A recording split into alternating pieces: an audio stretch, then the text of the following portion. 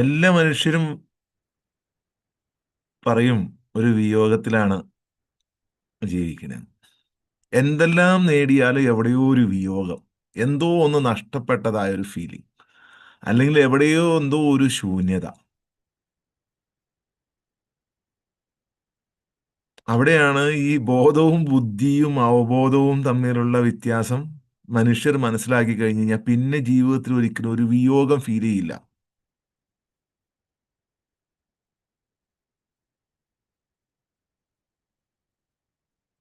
സുന്ദരമായ സത്യത്തിൽ നിന്നും, അല്ലെങ്കിൽ ദൈവത്തിൽ നിന്നോ രക്ഷിതാവിൽ നിന്നോ അകന്നു നിൽക്കുകയാണ് എന്നൊരു ഫീലിംഗ് ആണ് ഈ വിയോഗം എന്ന് പറയുന്നത്. സത്യത്തിൽ അങ്ങനെ ഒരു അകൽച്ചയില്ല.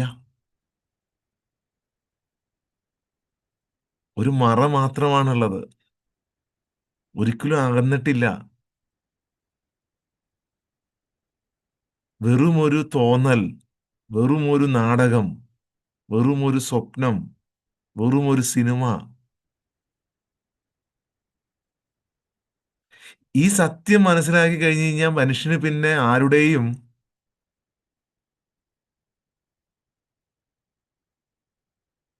സഹായം ആവശ്യമില്ല. അവൻ ഒറ്റയ്ക്ക് എന്തിനേയും അഭിമുഖീകരിക്കും.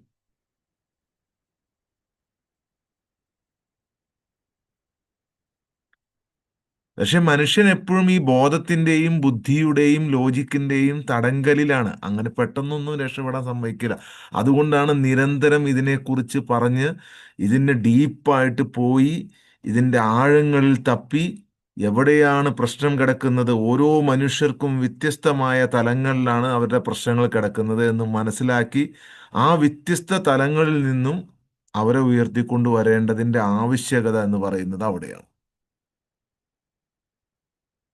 മനുഷ്യരെല്ലാവരും ജീവിക്കുന്നത് അവരെന്തോ ഒരു ഉറവിടത്തിൽ നിന്നും വേർപെട്ടവനായിട്ടാണ് ജീവിക്കുന്നത്. അതാണ് മനുഷ്യന് എന്ത് കിട്ടിയാലും അവസാനം ഒരു സംതൃപ്തി ഉണ്ടാവില്ല. ഈ ഭൗതികമായ എന്തൊക്കെ കിട്ടിയാലും, ഒത്തിരി സ്വത്ത് കിട്ടിയാലും, കുറെ മക്കള്, അവരൊക്കെ വലിയ വലിയ ആളുകള്, അവരൊക്കെ ഒരു നിലയിലെത്തി, എല്ലാം ചെയ്തു, എല്ലാം എല്ലാം കഴിഞ്ഞാൽ പോലും ഏറ്റവും അവസാനം ഒരു വിയോഗം ഫീൽ ചെയ്യും. എന്തെല്ലാം കിട്ടിയാലും അത് അവബോധമുള്ളത് കൊണ്ടാണ്. അത് മനുഷ്യന് മാത്രം സ്വന്തമായിട്ടുള്ളതാ, വേറെ ആർക്കും ഇല്ല. അതാണ് മനുഷ്യൻ ഒരു ഉത്കൃഷ്ടനായ, അല്ലെങ്കിൽ ഒരു ഉത്തമനായ ഒരു സൃഷ്ടിയാണ്. അതിൽ ആണ് പെണ്ണ് ഭേദമൊന്നുമില്ല.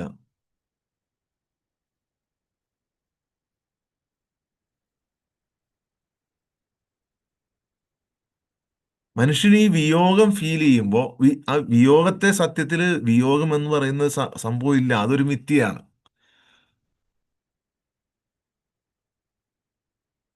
നിങ്ങൾ ദൈവത്തിൽ നിന്ന് അകന്നുപോയി, രക്ഷിതാവിൽ നിന്ന് അകന്നുപോയി എന്നാണ് പറയുക. അകന്നു പോകുന്നതിന്റെ ഉള്ളിൽ ഒരു മറയാണ് വന്നിട്ടുള്ളത്, അകലാൻ വേണ്ടിയിട്ട്. അല്ലാതെ അതൊരിക്കലും ബന്ധം വിച്ഛേദിച്ചിട്ടില്ല.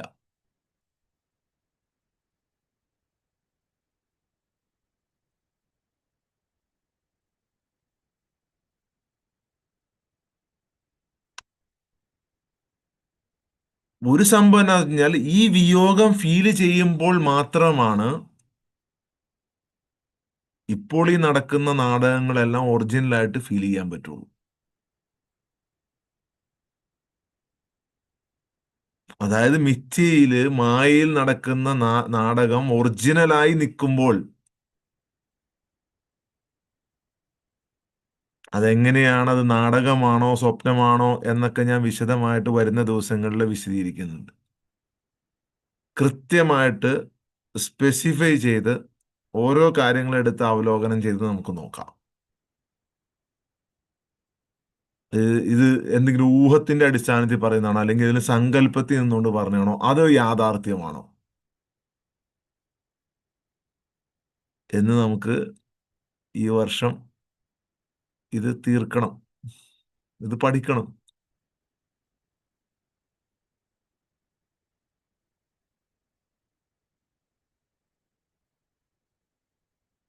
മനുഷ്യൻ ഈ ഭ്രമയുഗത്തില് ജീവിക്കുമ്പോൾ മാത്രമാണ്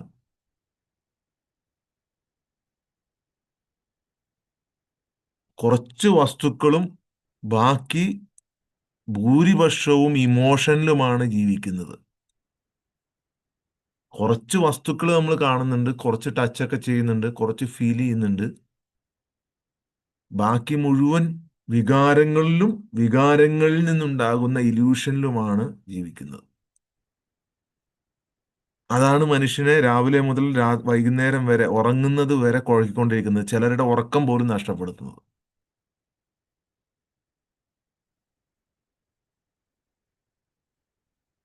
അവിടെയാണ് സൃഷ്ടി എന്താണ് എന്ന് മനസ്സിലാവേണ്ടത്. എന്താണ് സൃഷ്ടി? ഒരു യുക്തിവാദിയോടോ നിരീശ്വരവാദിയോടോ ചോദിച്ചു കഴിഞ്ഞാൽ ആരാ നിന്നെ സൃഷ്ടിച്ചത്? എന്റെ അച്ഛനും അമ്മയും. ഇപ്പൊ ആ അച്ഛനും അമ്മയും എവിടെയെന്ന് വെച്ച് കഴിഞ്ഞാൽ അച്ഛനും അമ്മയും ചിലപ്പോൾ ജീവിച്ചിരിക്കുന്നുണ്ടാവും, ചിലപ്പോൾ മരിച്ചു പോയിട്ടുണ്ടാവും.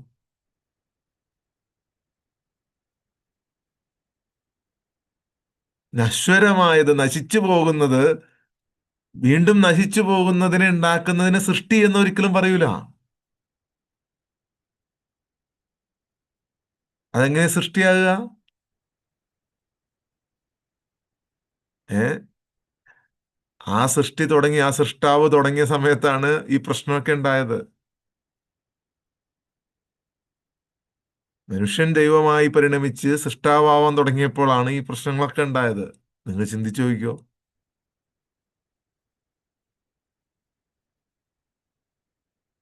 നശിച്ചു പോകുന്ന ഒരാണും പെണ്ണും ചേർന്ന് ഉണ്ടാക്കിയാൽ ഉണ്ടാകുന്ന നശിച്ചു പോകുന്ന ഒരു വസ്തുവല്ല സൃഷ്ടി. അപ്പോൾ ഈ നശിച്ചു പോകുന്നത് ഒന്നുമല്ല സൃഷ്ടി. നശിച്ചു പോകുന്നതെല്ലാം നശിച്ചു പോകുന്നതാണ്.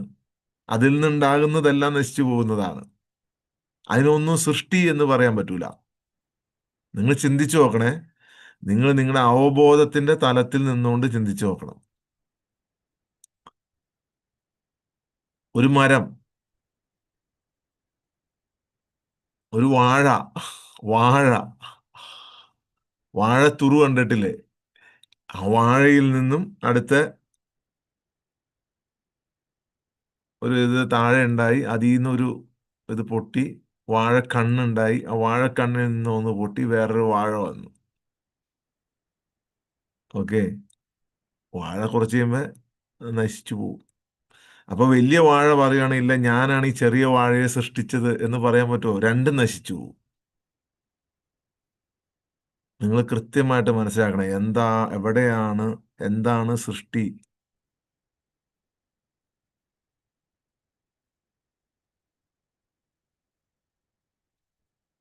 നമ്മൾ സൃഷ്ടി എന്ന് പറയുമ്പോൾ എന്തെങ്കിലും നശിച്ചു പോകുന്ന ഒന്നിനെ ഉണ്ടാക്കുന്നതല്ല. നശിച്ചു പോകുന്ന എന്തൊക്കെ നിങ്ങൾ ഉണ്ടാക്കിയാൽ അതെല്ലാം എന്തെങ്കിലും നശിച്ചു പോകും.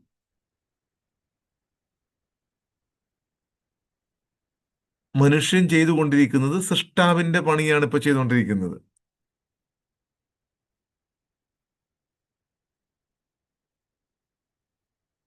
എന്നാൽ അനശ്വരമായതിൽ നിന്നും വന്നത് എന്നും അനശ്വരമായിരിക്കും. അതാണ് കാണാൻ പറ്റാത്തത്.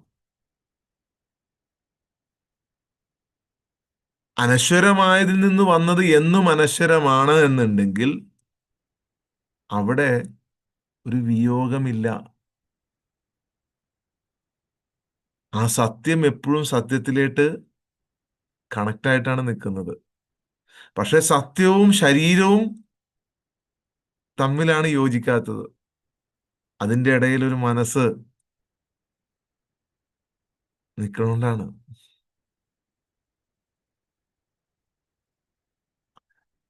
ചില മൃഗങ്ങൾക്ക് ചില ദുരന്തങ്ങളോ അല്ലെങ്കിൽ ചില സംഭവങ്ങളോ ഒക്കെ അറിയാൻ കഴിയുന്നുണ്ടെങ്കിൽ അത് സഹജാവബോധമാണത്. മണ്ണിനോട് കൂടുതൽ ഒട്ടി നിൽക്കുന്നത് കൊണ്ട്, ഭൂമിയോട് കൂടുതൽ അവർ ഒട്ടി നിൽക്കും, പ്രകൃതിയോട് ഇണങ്ങി നിൽക്കുന്നത് കൊണ്ട് അവർക്കത് ചിലപ്പോൾ പെട്ടെന്ന് ഫീൽ ചെയ്യാൻ പറ്റും. അതൊരു ഫീലിംഗ് ആണ്. ഈഗോ ഒരിക്കലും ഫീലിംഗ് അല്ല. മനസ്സൊരു ഫീലിംഗ് അല്ല. മനസ്സിന് ഫീലിങ്ങുകൾ ഉണ്ടാക്കാൻ പറ്റും. പക്ഷെ മനസ്സൊരു ഫീലിംഗ് അല്ല, അത് സ്വതന്ത്ര ഇച്ഛാശക്തിയുള്ളതാണത്.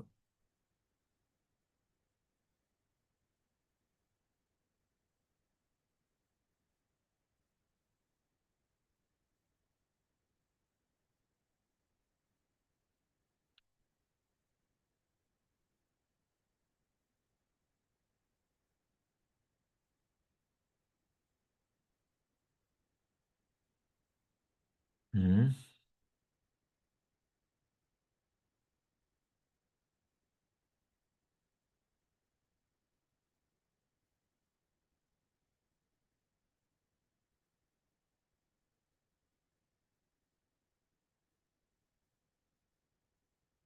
അപ്പോൾ അനശ്വരമായതിൽ നിന്നും വന്നത് എന്നും അനശ്വരമായിരിക്കും.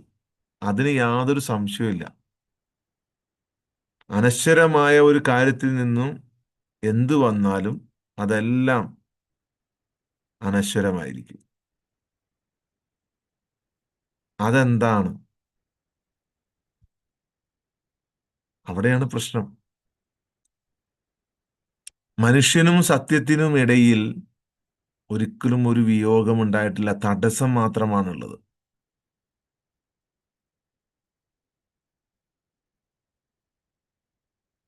ഈ അനശ്വരത എന്ന് പറയുന്നത് മാത്രം നമുക്ക് ഒരിക്കലും തെളിയിക്കാൻ പറ്റൂല. ശാസ്ത്രത്തിന്റെ അടിസ്ഥാനത്തിൽ ഇന്ന തെളിവ് വെച്ച് ഇന്ന ലോജിക്ക് വെച്ച് എങ്ങനെയാണ് ഒരാൾക്ക് ഒരു അനശ്വരത തെളിയിക്കാൻ പറ്റുക? ഉം? എങ്ങനെ തെളിയിക്കാൻ പറ്റും? ശരീരമൊക്കെ നൈമിഷികമാണ്.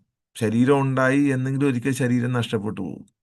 പക്ഷെ അതിനുള്ളിലുള്ള ബോധം, അവബോധം, ഞാൻ എന്ന ബോധം, അത് വേറൊരു ജീവികൾക്കും കിട്ടാതിരുന്നത് എന്തുകൊണ്ടാണ് എന്ന് ചിന്തിച്ചാൽ മതി. അതിൽ തന്നെ അതിനുള്ള ഉത്തരമുണ്ട്. എന്തുകൊണ്ട് കിട്ടിയില്ല?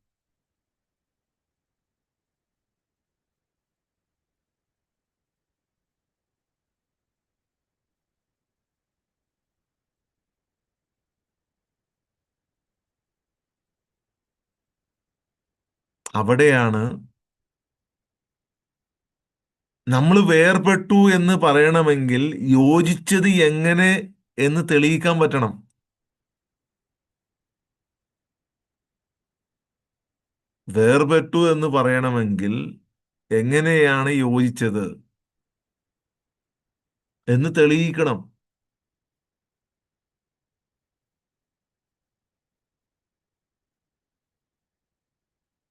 ഇത് തെളിയിക്കണമെങ്കിൽ ഒരൊറ്റ മാർഗമുള്ളൂ.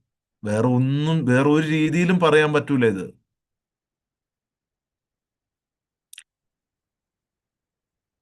ഏറ്റവും സങ്കീർണമായ ഈ ഒരു ഹ്യൂമൻ ടെക്നോളജി, മനുഷ്യന്റെ സ്വതസിദ്ധമായ നാച്ചുറലായ ടെക്നോളജി പഠിപ്പിക്കാൻ വന്ന ആളുകളെ ഏറ്റവും കുഴക്കിയ ഒരു പ്രശ്നമായിരുന്നു, ഇന്നും കുഴക്കിക്കൊണ്ടിരിക്കുന്ന ഒരു പ്രശ്നമാണ് ഇത്.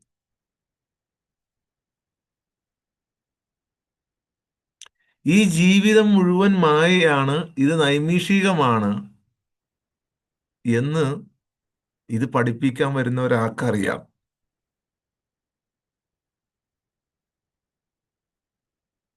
ഇത് പഠിപ്പിക്കാൻ വരുന്ന ഒരാൾക്ക് ഉറപ്പായിട്ടും അറിയാം, അയാൾ ആരുമായിക്കൊള്ളട്ടെ, ഇത് പറഞ്ഞു തരാൻ വരുന്ന ഒരാൾക്ക് തീർച്ചയായും ഈ ജീവിതം എന്ന് പറയുന്നത് നൈമിഷികമാണെന്നറിയാം. പക്ഷെ ഇത് പറഞ്ഞു പഠിപ്പിക്കാൻ ആർക്കും പറ്റൂല. കാരണം ഇത് ഒറ്റയ്ക്ക് ഒറ്റയ്ക്ക് ഓരോരുത്തർക്ക് ഉണ്ടാകുന്ന ആ ഒരു അനുഭവമാണ് എൻലൈറ്റ്മെന്റ് എന്ന് പറയുന്നത്. അതാർക്കും പറഞ്ഞു പഠിപ്പിക്കുക എന്ന് പറയുന്നത് ഭയങ്കര ബുദ്ധിമുട്ടാണ്.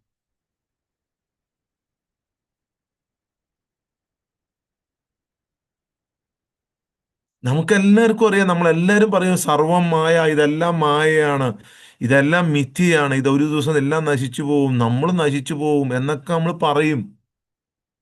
പക്ഷെ ഇത് യാഥാർത്ഥ്യ ബോധത്തോടു കൂടി ഫീല് ചെയ്തുകൊണ്ട് നമുക്ക് സത്യത്തിലേക്ക് കണക്റ്റ് ആകാൻ പറ്റാത്തത് എന്തുകൊണ്ടാണ്? അവിടെയാണ് പ്രശ്നം.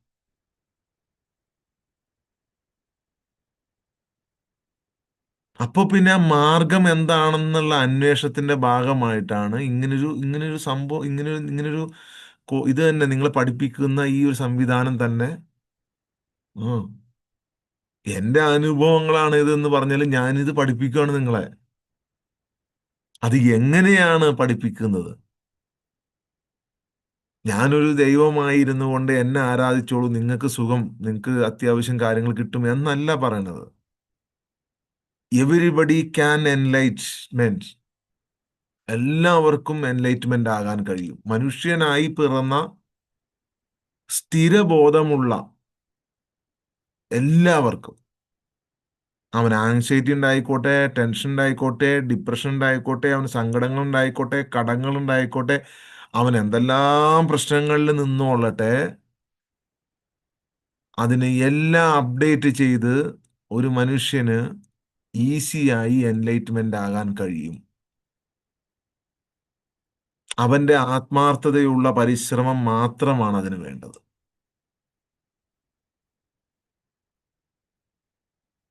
അതിനെക്കുറിച്ച് ഞാൻ ചിന്തിച്ചപ്പോൾ എനിക്ക് മനസ്സിലായ സംഭവമാണ്, ഇപ്പോൾ ഈ നിൽക്കുന്നതൊന്നും യാഥാർത്ഥ്യമല്ല എന്ന് 100% ഒരാളെ ബോധ്യപ്പെടുത്തുക എന്നുള്ളത്,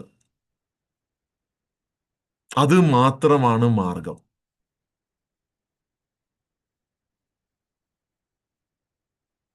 അതിനുള്ള വഴി എന്താണ്? ഈ ജീവിതം യാഥാർത്ഥ്യമെന്ന് തോന്നിക്കുന്ന രീതിയിലേക്ക് നിങ്ങളിലേക്ക് വരിക എന്നുള്ളത് മാത്രമേ അതിനകത്ത് മാർഗമുള്ളൂ.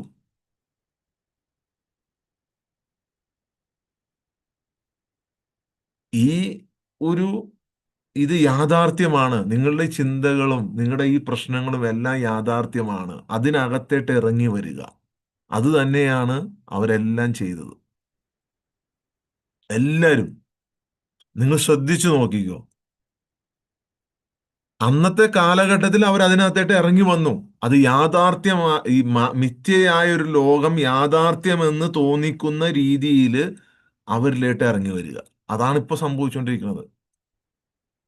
അങ്ങനെയാണ് ഞാൻ നിങ്ങളെ ഈ ഒരു സംവിധാനം പഠിപ്പിക്കുന്നത്. ഇങ്ങനെ തന്നെ ഇത് പഠിപ്പിക്കാൻ പറ്റുള്ളൂ. ഇതിന് വേറൊരു ഓപ്ഷൻ ഇല്ല. ഇതിന് വേറൊരു ഓപ്ഷൻ, ഈ ഒരു പഠന ശാഖയ്ക്ക് ഈ ഒരു ഓപ്ഷനേ ഉള്ളൂ. അതാണ് ശ്രീകൃഷ്ണൻ ചെയ്തത്, അതാണ് മോശ ചെയ്തത്, അതാണ് യേശു ചെയ്തത്, അതാണ് മുഹമ്മദ് നബി ചെയ്തത്. ഇവരെല്ലാവരും ചെയ്ത രീതി അതാണ്. ആ രീതി ചില മിസ്റ്റീരിയസ് ആയ രീതിയായിരുന്നു എല്ലാവരും പ്രയോഗിച്ചത്. കാരണം മിസ്റ്റീരിയസ് ആയ രീതിയിലൂടെ ഈ യാഥാർത്ഥ്യത്തിനുള്ളിലേക്ക് ഇറങ്ങി വന്ന് പലയിടങ്ങളിൽ നിങ്ങളെ സഹായിച്ച്, പലയിടങ്ങളിൽ നിങ്ങളുടെ മുന്നിൽ പ്രത്യക്ഷപ്പെട്ട്, പലയിടങ്ങളിൽ പല രീതിയിൽ ആ കാര്യങ്ങളെ ചെയ്ത് പൂർത്തിയാക്കിയാൽ മാത്രമേ ഇത് യാഥാർത്ഥ്യമല്ല എന്ന് നിങ്ങളെ ബോധ്യപ്പെടുത്താൻ കഴിയുള്ളൂ. യാഥാർത്ഥ്യം പോലെ വന്ന്, യാഥാർത്ഥ്യം പോലെ ഫീല് ചെയ്യിച്ച്, അതിനുശേഷം ഇത് മിഥ്യയാണ് എന്ന് പറഞ്ഞാൽ മാത്രമേ, അല്ലാതെ ആകാശി വന്നുകൊണ്ട് നാളെ ഒരാൾ പറയുകയാണ് ഞാൻ ദൈവമാണ് എന്ന് പറഞ്ഞു കഴിഞ്ഞാൽ ഒരാളും വിശ്വസിക്കൂല. മനുഷ്യനായിട്ട് വരാതെ, മനുഷ്യനായി ഇറങ്ങി വന്ന് മനുഷ്യന്റെ ഇതില് മനുഷ്യനോട് സംവദിക്കാതെ, അല്ലെങ്കിൽ ഒരു മനുഷ്യനിലൂടെ ദൈവീകത പ്രചരിപ്പിക്കാതെ, അത് എത്രയോ സ്ഥലങ്ങളിൽ പറയുന്നുണ്ട്, ഞാൻ വന്ന് ഇങ്ങനെ ഓപ്പൺ ആയിട്ട് വന്ന് പറഞ്ഞാലും ആരും വിശ്വസിക്കൂല എന്ന് ദൈവം തന്നെ, രക്ഷിതാവ് തന്നെ പറയുന്നുണ്ട്. കാരണം അതാണ് മനുഷ്യന്റെ ഘടന. അവിടെയാണ് മനുഷ്യന്റെ ഘടന. അത് എല്ലാവർക്കും ആകാം, കാരണം എല്ലാവരും ആ സത്യത്തിൽ നിന്നാണ് വരുന്നത്. ഒരു സൂര്യനിൽ നിന്ന് വരുന്ന എല്ലാ പ്രകാശത്തിനും തടസ്സമില്ലെങ്കിൽ പ്രകാശിക്കാം. സൂര്യൻ സൂര്യൻ അങ്ങനെ തന്നെ നിൽക്കുകയാണ്. പ്രകാശമാണ് വന്നിരിക്കുന്നത്, സത്യമാണ് വന്നിരിക്കുന്നത്. ഈ സത്യം ഒരിക്കലും അതിൽ നിന്ന് വേർപെട്ടിട്ടില്ല. സൂര്യന്റെ പ്രകാശം സൂര്യനിൽ നിന്ന് വേർപെട്ടിട്ടുണ്ടോ? ഇല്ല. അതിന്റെ ഇടയിൽ വരുന്ന തടസ്സം മാത്രമാണ് പ്രകാശിക്കാതിരിക്കാനുള്ള കാരണം. അപ്പോ ലോകത്തുള്ള എല്ലാ മനുഷ്യനും ഇത് പഠിച്ചു കഴിയുകയും ഇത് യാഥാർത്ഥ്യം മനസ്സിലാക്കുകയും കൃത്യമായ പരിശീലനങ്ങളിലൂടെ, കൃത്യമായ മാർഗങ്ങളിലൂടെ എൻലൈറ്റ്മെന്റ് ആയി കഴിഞ്ഞാൽ പിന്നെ അവന് ദുഃഖങ്ങളില്ല, സങ്കടങ്ങളില്ല, വിഷമങ്ങളില്ല, ഒന്നുമില്ല. അവൻ എപ്പോഴും ആനന്ദത്തിലായിരിക്കും. അവന്റെ ശരീരം മുഴുവൻ ഹോർമോൺ ആയിരിക്കും. അത് പ്രത്യേകിച്ച് ഉൽപ്പാദിപ്പിക്കേണ്ടി വരൂല.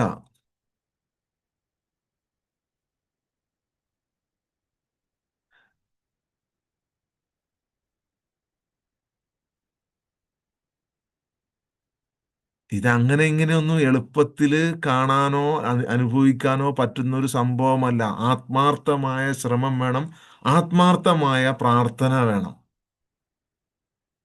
ആ പ്രാർത്ഥനയ്ക്കിടയിൽ മാത്രം ഒരു തടസ്സവും ഇല്ല.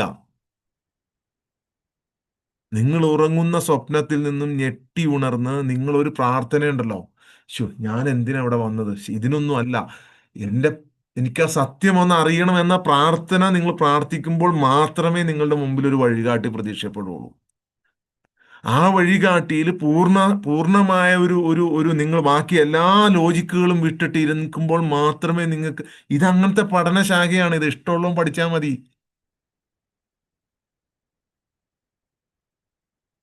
ഇഷ്ടമുള്ളതും പഠിച്ചാൽ മതി.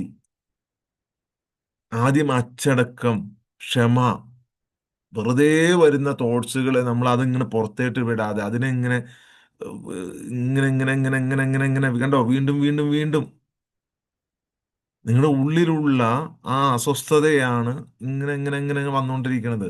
അത് എന്താണ് എന്ന് ഒരു നിമിഷം ഇരുന്ന് നിരീക്ഷിക്കാനുള്ള ഒരു ക്ഷമ പോലും ഇല്ല സത്യത്തില്. അത് എത്ര കാലം ഇരുന്നാലും അത് ഉണ്ടാവില്ല. സ്വയം ഉണ്ടാക്കേണ്ടതാണ് ആ ക്ഷമ. നിശ്ചയം ക്ഷമാശീലരുടെ ഒപ്പം മാത്രമേ രക്ഷിതാവ് ഉണ്ടാവുള്ളൂ. എന്നുവെച്ചാൽ രക്ഷിതാവ് എല്ലാവരുടെയും കൂടെ ഉണ്ട്. പക്ഷെ ക്ഷമ വരുമ്പോൾ മാത്രമേ അത് കാണാൻ കഴിയുള്ളൂ, അറിയാൻ കഴിയുള്ളൂ, ഫീൽ ചെയ്യാൻ കഴിയുള്ളൂ. ഒരു നിമിഷം നിരീക്ഷിക്കാൻ.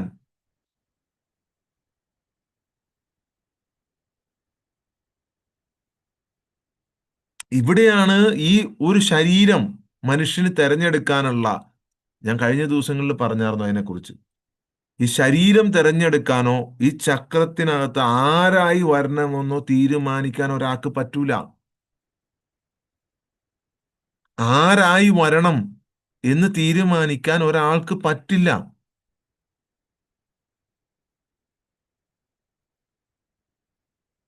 നിരീക്ഷണം തുടങ്ങിക്കിട്ടിയാൽ അതിലേക്കുള്ള തുടക്കമായി. നിരീക്ഷണം എന്ന് പറഞ്ഞു കഴിഞ്ഞാൽ ഉറക്കത്തിൽ നിന്ന് എഴുന്നേറ്റു എന്നാണ് അർത്ഥം. നിരീക്ഷകൻ എന്ന് പറഞ്ഞു കഴിഞ്ഞാൽ അയാൾ ഇത്രയും നാളും ഉണ്ടായിരുന്ന ഈ സ്വപ്ന ലോകത്തിലുള്ള ഈ ഈ നാടക ലോകത്തിലുള്ള ഈ സിനിമാ ലോകത്തിലുള്ള ആ ഉറക്കത്തിൽ നിന്ന് അയാൾ എഴുന്നേറ്റു എന്നാണ് അതിന്റെ അർത്ഥം. എഴുന്നേറ്റതിന് ശേഷമല്ലേ ചോദിക്കാൻ പറ്റുള്ളൂ. എഴുന്നേറ്റാൽ മാത്രമേ സത്യം എനിക്കൊന്ന് കാണിച്ചു തരണേ, സത്യം എനിക്കൊന്ന് അറിയിച്ചു തരണേ, എന്താണ് സത്യം, എൻ്റെ മുമ്പിലുള്ള തടസ്സം എന്താണെന്ന് അത് ഒന്ന് ചോദിക്കണമെങ്കിൽ ആ ഒന്ന് ഉണരണം. അത് ഉണരാത്തവൻ എന്നും അവൻ പ്രതിരോധത്തിലായിരിക്കും.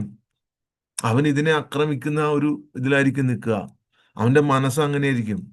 ചേട്ടാ, ഇവൻ എന്ത് വന്നിട്ടാണ് ഈ പറയണത്, ഈ ലോകത്ത് ഇത്രയും മതങ്ങളുണ്ടല്ലോ, ഇവരൊന്നും പഠിപ്പിക്കാതെ എന്ത് ആത്മീയതയാണ് ഒരു സാധാരണക്കാരൻ വന്നിരുന്ന് പഠിപ്പിക്കുന്നത്. ഇവനെ കണ്ടിട്ട് ഇതൊന്നും തോന്നണില്ലല്ലോ, ഇവന് വലിയ കെട്ടുമില്ല മട്ടുമില്ല, ഇവന് തോന്നിയ ഇവന് അങ്ങനത്തെ ഒരു ഒരു വസ്ത്രവും ഇല്ല, ഇവൻ എന്താണ് ഈ പറയണത് എന്ന് തോന്നും. കാരണം അവൻ ഉറക്കത്തിൽ നിന്ന് എഴുന്നേറ്റിട്ടില്ല. ഉറക്കത്തിൽ നിന്ന് എഴുന്നേക്കാത്ത ആർക്കും ഇത് മനസ്സിലാകുക പോലുമില്ല.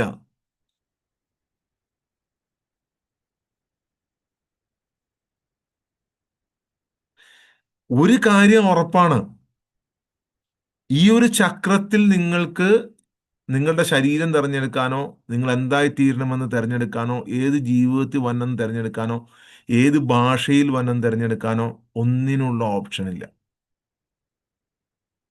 തീരുമാനിക്കാനേ കഴിയില്ല. ഈ ചക്രത്തിൽ ആരായി വരണം എന്ന് തീരുമാനിക്കാൻ കഴിയില്ല. ഈ ശരീരത്തിൽ നിങ്ങൾ എത്ര കാലം നിൽക്കുന്നുവോ, മനുഷ്യ ശരീരത്തിൽ ശരീരം ഉണ്ടെങ്കിൽ ഇതെല്ലാം പ്രവർത്തിക്കോളൂ. ശരീരത്തിൽ എത്ര കാലം നിൽക്കുന്നുവോ, എത്ര ഇതായിട്ട് നിൽക്കുന്നുവോ, ആ ചക്രത്തിൽ തീരുമാനിക്കാനുള്ള ഓപ്ഷൻ നിങ്ങൾക്കില്ല. എന്നാൽ മനുഷ്യന് വേറൊരു ഓപ്ഷൻ ഉണ്ട്. ശാശ്വതമായ ജീവിതം തിരഞ്ഞെടുക്കാനുള്ള ഒരു ഓപ്ഷൻ മനുഷ്യനുണ്ട്. അവിടെയാണ് ഈ വിയോഗമുണ്ടായിട്ടില്ല, വിയോഗമുണ്ടായിട്ടില്ല, വിയോഗമുണ്ടായിട്ടില്ല എന്ന് പറഞ്ഞത്. അതിനെ മനസ്സിലാക്കി കഴിഞ്ഞു കഴിഞ്ഞാൽ, ആ സത്യത്തെ മനസ്സിലാക്കി കഴിഞ്ഞു കഴിഞ്ഞാൽ പിന്നെ വിയോഗമില്ല.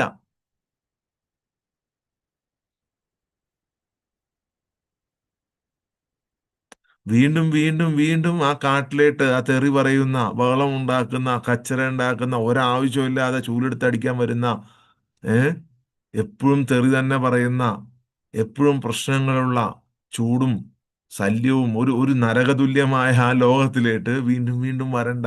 വന്നത് ആരാന്ന് പോലും മനസ്സിലാവൂല. വന്നോനും മനസ്സിലാവൂല, അവിടെ നിൽക്കണോനും മനസ്സിലാവൂല.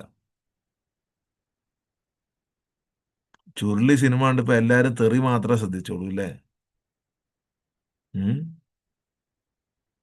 എല്ലാരും തെറിയല്ലേ ശ്രദ്ധിച്ചോളൂ.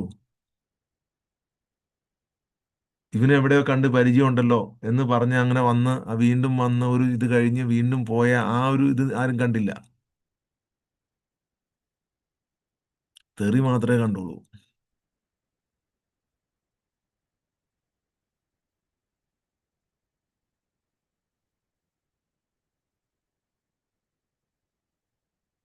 ശാശ്വത ജീവിതം തിരഞ്ഞെടുക്കാൻ മാത്രം മനുഷ്യന് കഴിയും. മറ്റേ ജീവിതം തിരഞ്ഞെടുക്കാൻ മനുഷ്യന് കഴിയൂല. ശരീരമായി വരുന്ന, ശരീരത്തിലിട്ട് വരുന്ന ജീവിതം തിരഞ്ഞെടുക്കാൻ മനുഷ്യന് കഴിയൂല. അത് നരകത്തിലാണെങ്കിലും ശരി, ഭൂമിയിലാണെങ്കിലും ശരി, കഴിയൂല. അവിടെയാണ് ഒരു ആൽമരത്തിന്റെ വേരുകൾ ആൽമരത്തിന്റെ തായ്തടിയിൽ നിന്നും തൂങ്ങി നിൽക്കുന്നത് പോലെ യോജിച്ചാണ് നിൽക്കുന്നത്. ചുറ്റുമുള്ള വായുവും ഈ വേര് പോയി മുട്ടി നിൽക്കുന്ന മണ്ണുമാണ് വിയോഗത്തെ ഉണ്ടാക്കുന്നത്.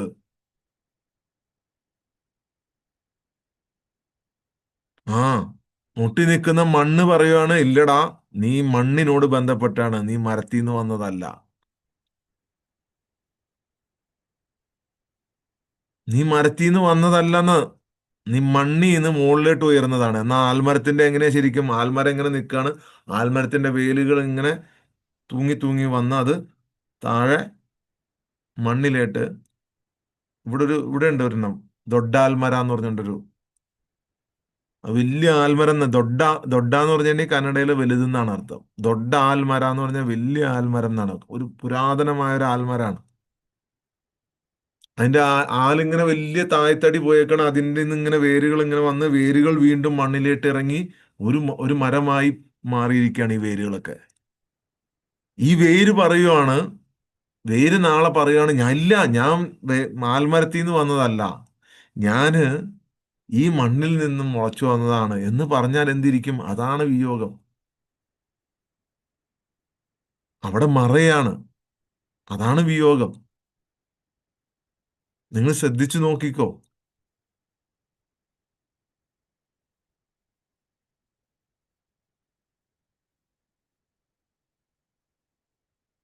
അവിടെയാണ് നമ്മൾ കഴിഞ്ഞ ദിവസം പറഞ്ഞത്, ജീവൻ അല്ല ആത്മാവ്.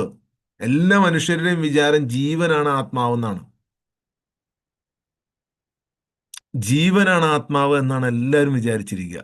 കഴിഞ്ഞ ദിവസം ആരോ ഒരാൾ പറയാൻ വന്നില്ലേ, ഏ ആത്മാവ് എന്ന് പറഞ്ഞ അവബോധമല്ല, അത് ജീവനാന്ന്.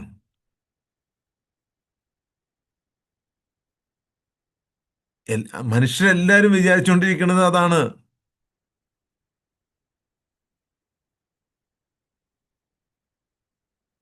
ജീവൻ ഉണ്ടെങ്കിലും അവബോധം ഉണ്ടാവില്ല. എല്ലാ ജീവജാലങ്ങൾക്കും ജീവനുണ്ടല്ലേ? മരങ്ങൾക്ക് വരെ ജീവനുണ്ടെന്നാണ് പറഞ്ഞത്. പക്ഷെ മരത്തിന് ഞാൻ എന്നൊരു സങ്കല്പ ബോധമില്ല.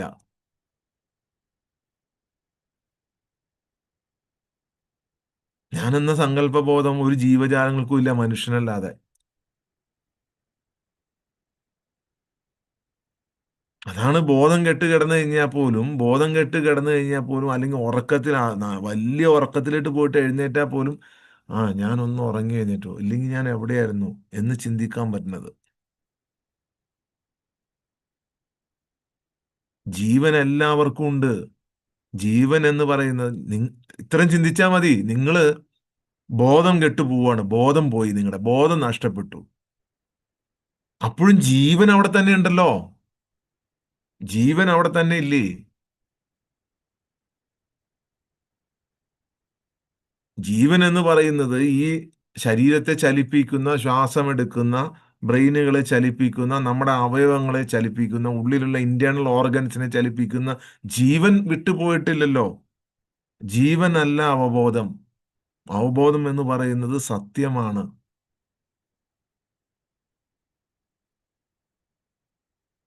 ജീവൻ എന്ന് പറയുന്നത് നമ്മുടെ ഈ ശരീരത്തെ, അത് നമുക്ക് പുറത്തേട്ട് വന്നു, നമ്മുടെ അമ്മയുടെ ഉദരത്തിൽ നിന്ന് പുറത്തേട്ട് വന്നപ്പോൾ അകത്തേട്ട് കയറിയ വായുവാണ്.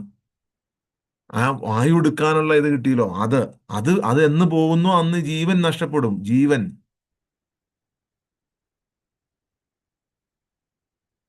ആ ജീവനും അവയർനെസ്സും വ്യത്യസ്തമാണെന്നാണ് ഈ പറഞ്ഞത്.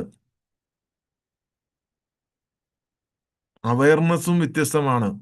ജീവൻ എന്ന് പറയുന്നത് നമ്മുടെ ശരീരത്തിൽ നമ്മൾ വന്നു ഈ ഭൂമിയിൽ ജീവിക്കാനുള്ള ആ മറ്റ് ജീവജാലങ്ങൾക്ക് കൊടുത്ത പോലെ സഹജാവബോധം കൊടുത്ത പോലെ കൊടുത്തൊരു ജീവനാണത്. അത് ശരീരം മരിച്ചു കഴിയുമ്പോൾ പുറത്തേട്ട് പോവത്. അതല്ല അവബോധം. മറ്റു ജീവജാലങ്ങൾക്കൊന്നുമില്ലാത്ത മാറി നിന്ന് നിരീക്ഷിക്കുന്ന ഒരു ബോധം. എല്ലാത്തിനെയും കാണുന്ന, നമ്മളെ തന്നെയും നമുക്ക് മാറി നിന്ന് കാണാൻ കഴിയുന്ന ഒരു ബോധം.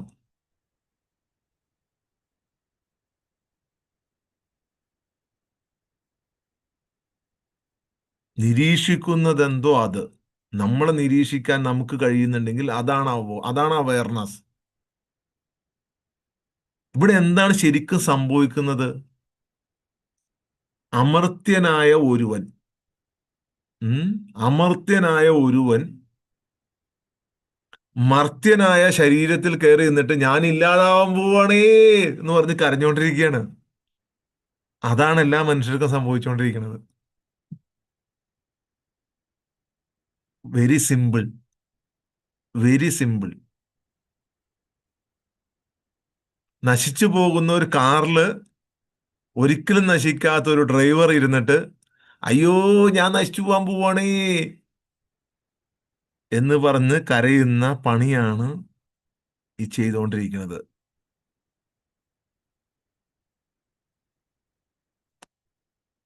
ജീവനും നശിച്ചു പോകും. ജീവൻ നശിച്ചു പോകും അല്ലേ? ജീവൻ പോയി കഴിഞ്ഞാൽ ജീവൻ തീർന്നു. ശരീരവും പോവും, എല്ലാം പോവും. അമർത്യനായ ഒരുവൻ, അമർത്യനായ ഒരുത്തി, മർത്യനായ ഒരു ശരീരത്തിനുള്ളിൽ കയറി നിന്നിട്ട് പറയുവാണ് അയ്യോ ഞാൻ ഇല്ലാതാവാൻ പോവാണേ എന്ന് പറഞ്ഞ് കരയുകയാണ്. ആ കരച്ചിൽ നിന്നാണ് മനസ്സ് രൂപം കൊള്ളുന്നത്. ആ കരച്ചിൽ നിന്നാണ് ഇത് എന്റേതാണ്, ഈ കളിപ്പാട്ടം എന്റേതാണ്, ഇത് വേറെ ആർക്കും കൊടുക്കാൻ പാടില്ല. ആ കരച്ചിൽ നിന്നാണ് മനസ്സ് രൂപം കൊള്ളുന്നത്. എല്ലാ വികാരങ്ങളും രൂപം കൊള്ളുന്നത് അവിടെ നിന്നാണ്. സത്യം ഒരിക്കലും നശിക്കൂല. എങ്ങനെ നശിക്കാനാണ്? ആ സത്യം മാത്രം ഒരിക്കലും നശിക്കൂല, ബാക്കിയെല്ലാം നശിക്കും. അതെങ്ങനെ നശിക്കും? സത്യം എന്നെന്നും നിലനിൽക്കുന്നതാണ്. അത് അനശ്വരതയിൽ നിന്നുണ്ടായതാണ്. അതാണ് യഥാർത്ഥ സൃഷ്ടി. നീ വിചാരിക്കുന്നത് ഈ ശരീരമാണ് സൃഷ്ടി എന്ന് വിചാരിച്ചിരിക്കുക. അവിടെയാണ് മിസ്റ്റേക്കായി പോയത്. അവിടെയാണ് മനുഷ്യന് തെറ്റിപ്പോയത്. ഇവരെല്ലാം വന്ന് മിസ്റ്റീരിയസ് ആയി പറഞ്ഞു കൊടുത്ത സംഭവം ഇതാണ്.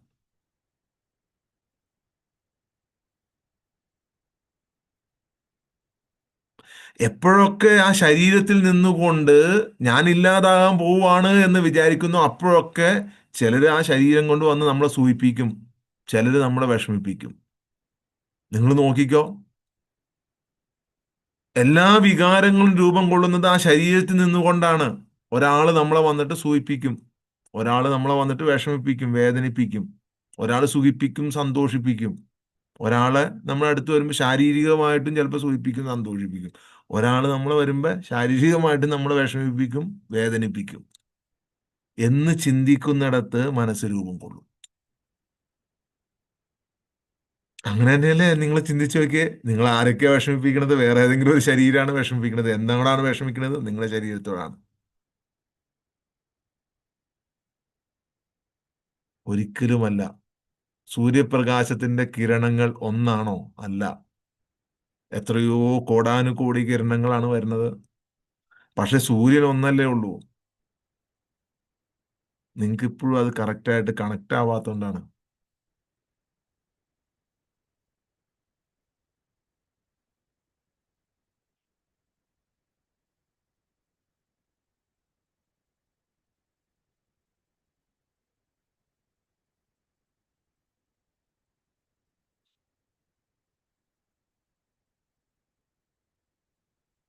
ഏതൊരു വ്യക്തിയും ഒരു വ്യക്തി ശരീരത്തിൽ നിന്നുകൊണ്ട് ആണ് നമ്മളെ സൂയിപ്പിക്കുന്നതും സന്തോഷിപ്പിക്കുന്നതും. നമ്മൾ സൂഹിക്കുന്നതും സന്തോഷിക്കുന്നതും ആ ശരീരത്തിൽ നിന്നുകൊണ്ടാണ്. ഒരാൾ വിഷമിപ്പിക്കുന്നതും ദുഃഖിപ്പിക്കുന്നതും വേദന നൽകുന്നതും ശരീരത്തിൽ നിന്നുകൊണ്ടാണ്, ശരീരത്തിനാണ്. എന്ന് ചിന്തിക്കുന്നിടത്ത് മനസ്സ് രൂപം കൊള്ളും, അവബോധത്തിന് മറയിടും.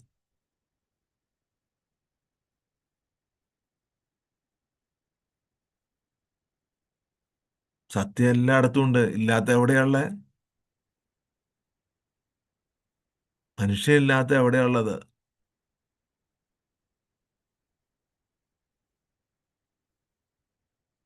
ഇനി എല്ലാ ജീവജാലങ്ങളും നശിച്ചു പോകുന്നതല്ലാത്തതുണ്ടെങ്കിൽ, നശിച്ചു പോകുന്നതല്ലാത്തതിന് എവിടെയും നിലനിൽക്കാൻ കഴിയും. പ്രപഞ്ചം മുഴുവൻ നിലനിൽക്കും അത്, അല്ലേ? നശിച്ചു പോവാത്തൊരു സാധനം ഉണ്ടെങ്കിൽ എവിടെയും നിലനിൽക്കും. അപ്പൊ ലോകത്തിൽ എവിടെയും നിലനിൽക്കും, എല്ലായിടത്തും നിലനിൽക്കും. ചെറുതായി കാണുന്നത് കൊണ്ടും ശരീരത്തിൽ നിന്ന് ചിന്തിക്കുന്നതുകൊണ്ടും ആ നിൽക്കുന്ന സ്പോട്ടിൽ മാത്രമേ നിൽക്കാൻ കഴിയുള്ളൂ. നിൽക്കുന്ന സ്പോട്ടിൽ ശരീരത്തിൽ നിന്ന് ചിന്തിച്ചു കഴിഞ്ഞാൽ എപ്പോഴും അങ്ങനെ തന്നെ പറ്റുള്ളൂ.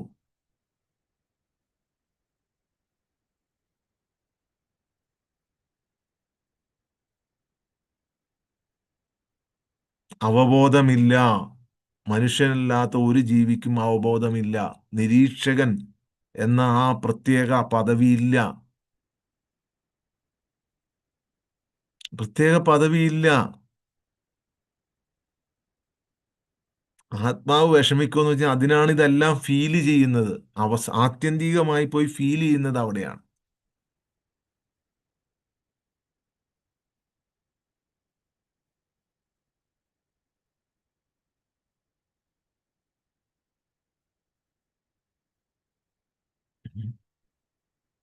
ഇതെന്താ ചോദ്യം എന്ന് എനിക്ക് മനസ്സിലായില്ല. സുരയ്യാനോ? അതെന്താ സംഭവം?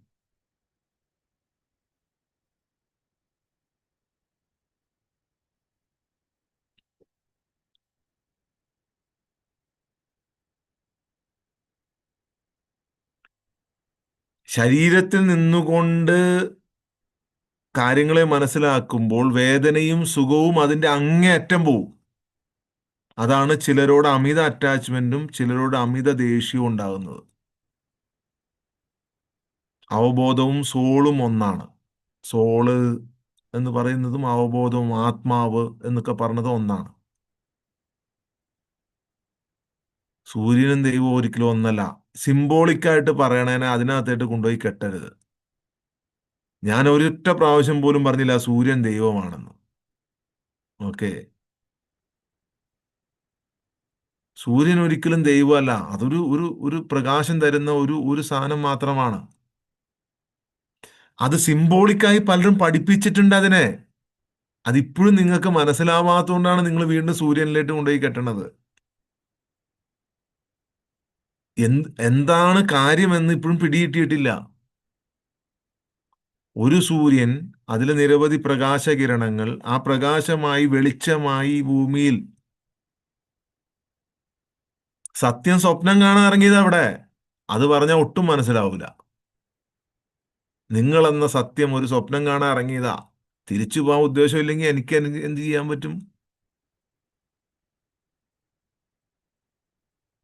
ഇതൊക്കെ ഇനി പറഞ്ഞു കഴിഞ്ഞാൽ ആർക്ക് മനസ്സിലാവാൻ? ഉം? സത്യം സ്വപ്നം കാണാൻ ഇറങ്ങിയതാന്ന് ഇവിടെ. അന്ന് അടുത്ത ദിവസം പറയാം.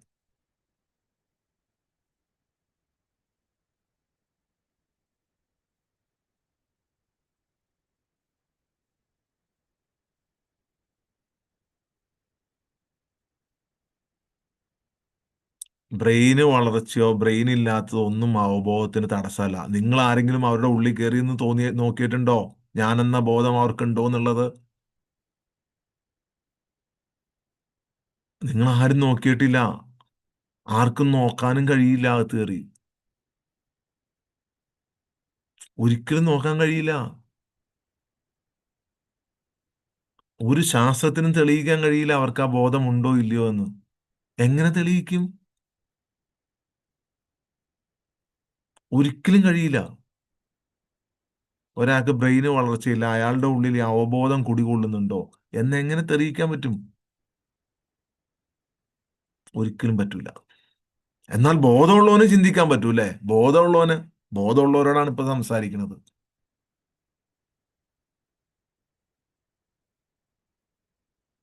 ഈ അവബോധത്തിന് മറയിടുകയും വേദനയും സുഖവും അതിന്റെ അങ്ങേയറ്റവും പോകുമ്പോഴാണ് ചിലരോട് അമിത അറ്റാച്ച്മെന്റ് ഉണ്ടാകുന്നത്, ചിലരോട് അമിത ഡിറ്റാച്ച്മെന്റും ഉണ്ടാകും, ചിലരോട് കൊടും ശത്രുത. ഒരു കാര്യമില്ലാതെ, ഒരു കാര്യമില്ലാതെ ഇവനെ ഒന്ന് ദ്രോഹിച്ച് കളഞ്ഞു കളയാം. അതുണ്ടാവും അത്. ഈ അവബോധം ശരീരത്തിലാണ് എന്ന് ചിന്തിക്കുമ്പോഴാണ് അതിനെ ബ്രെയിനിലേക്ക് കൊണ്ടുപോയി കൂട്ടിക്കുഴയ്ക്കണത്.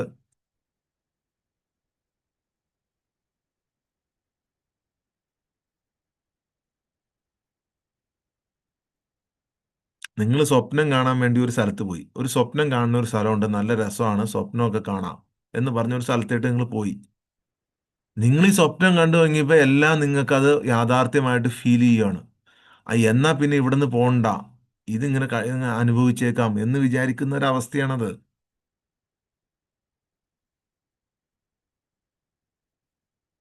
ഞാൻ പറഞ്ഞൊന്നുമില്ല സസ്യങ്ങളായും മരങ്ങളായും ഇതൊക്കെ ആയിട്ട് ജീവിക്കുന്നു, ഞാൻ പറഞ്ഞില്ല.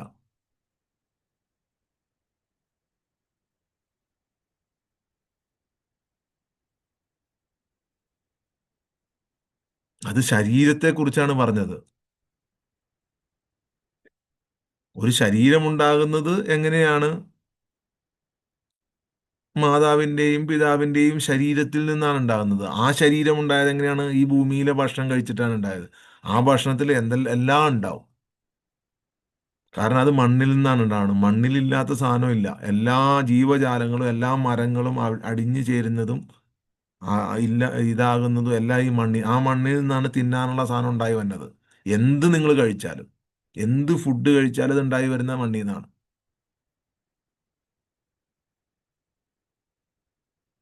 ആത്യന്തികമായി ചെന്ന് കഴിയുമ്പോൾ മണ്ണിൽ നിന്നുണ്ടായി വന്നായിട്ടേ അത് ആ ഫുഡ് കഴിക്കണത്, അല്ലെങ്കിൽ അതിന് തീറ്റ കൊടുക്കും. നിങ്ങൾ നോൺ വെജ് കഴിച്ചാലും വെജ് കഴിച്ചാലും ഒക്കെ അതിന്റെ ക്രിയേഷൻ എന്ന് പറയുന്നത് മണ്ണിൽ നിന്നാണ്.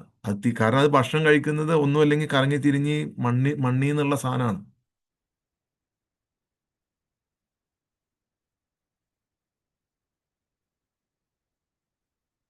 ഈ മനുഷ്യൻ മൂന്ന് ബോധതലത്തിൽ കുടുങ്ങിക്കിടക്കുവാണ്. അവിടെയാണ് പ്രശ്നം.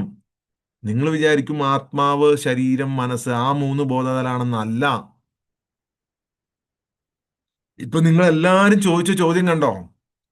എല്ലാവരും അവബോധം. എങ്ങനെയാണ് അവബോധം? എല്ലാവരും ഉള്ള അവബോധം ഒന്നാണോ? അവബോധമാണോ? അവബോധം ഉണ്ടോ ഇല്ലയോ? അവബോധം ഉണ്ടോ? അവയർനെസ് ഉണ്ടോ? ഒരു നിരീക്ഷക ഭാവം മനുഷ്യനുണ്ട്? അത് നിങ്ങൾക്ക് മനസ്സിലാക്കാൻ പോലും പറ്റിയിട്ടില്ല. കാരണം ബോധതലത്തില്, മൂന്ന് ബോധതലത്തില് മനുഷ്യൻ കുടുങ്ങിക്കിടക്കുകയാണ്. ഒന്ന് മനസ്സ്, ഒന്ന് ശരീരം, മൂന്നാമത്തത് ആത്മാവല്ല, സൃഷ്ടി. സൃഷ്ടിബോധം. എല്ലാവരുടെ ഉള്ളിലുള്ള ബോധം അതാണ്. സൃഷ്ടിബോധമാണ് എല്ലാവരുടെ ഉള്ളിലുള്ളത്, ആത്മാവിന്റെ ബോധമല്ല. നീ എങ്ങനെ ഉണ്ടായി എന്ന് വെച്ച് കഴിഞ്ഞാൽ അച്ഛനും അമ്മയ്ക്കും ഉണ്ടായി. ആ, ഇനിയിപ്പോ അവസാനം അതിന്റെ അപ്പുറത്തേട്ട് പോയാൽ പറയും ദൈവം സൃഷ്ടിച്ചു. അപ്പോഴും ആ സൃഷ്ടിപ്പിനെയാണ് അവൻ കാണുക. ഏത് സൃഷ്ടിപ്പിനെ? അവന്റെ ശരീരത്തിന്റെ സൃഷ്ടിപ്പിനെ. നിങ്ങൾ ചിന്തിച്ചു നോക്കിയോ? ലാസ്റ്റ് നിങ്ങൾ പോയി ദൈവത്തിൽ കൊണ്ടുപോയി എല്ലാം ചാരിയാലും നിങ്ങൾ പറയും ദൈവം ഭൂമിയെ സൃഷ്ടിച്ചു, മനുഷ്യനെ സൃഷ്ടിച്ചു. അപ്പോഴും എവിടെ മനുഷ്യൻ സൃഷ്ടിയായി മാറി? എന്ത് സൃഷ്ടി? അപ്പോൾ അവൻ കാണുന്ന യഥാർത്ഥ സൃഷ്ടി എന്താണ്? ഓ, ഈ ശരീരം, പക്ഷെ ശരീരം നശിച്ചു പോവല്ലേ? അപ്പൊ അവിടെ കോൺട്രഡിക്ഷനായി. കോൺട്രഡിക്ഷനായി. ബോധ മനസ്സ് മനസ്സിന്റെ ഭാഗമാണ്. മനസ്സിന്റെ എല്ലാ പാർട്സും, മനസ്സിന്റെ എല്ലാ ഘടകങ്ങളും മനസ്സിന്റെ തന്നെ ഭാഗമാണ്. അവബോധം എൻറ്റയർലി ഡിഫറെന്റ് ആണ്. Conscious, unconscious, sub conscious mind എന്ന് പറയുന്നത് മനസ്സിന്റെ ഭാഗമാണ്.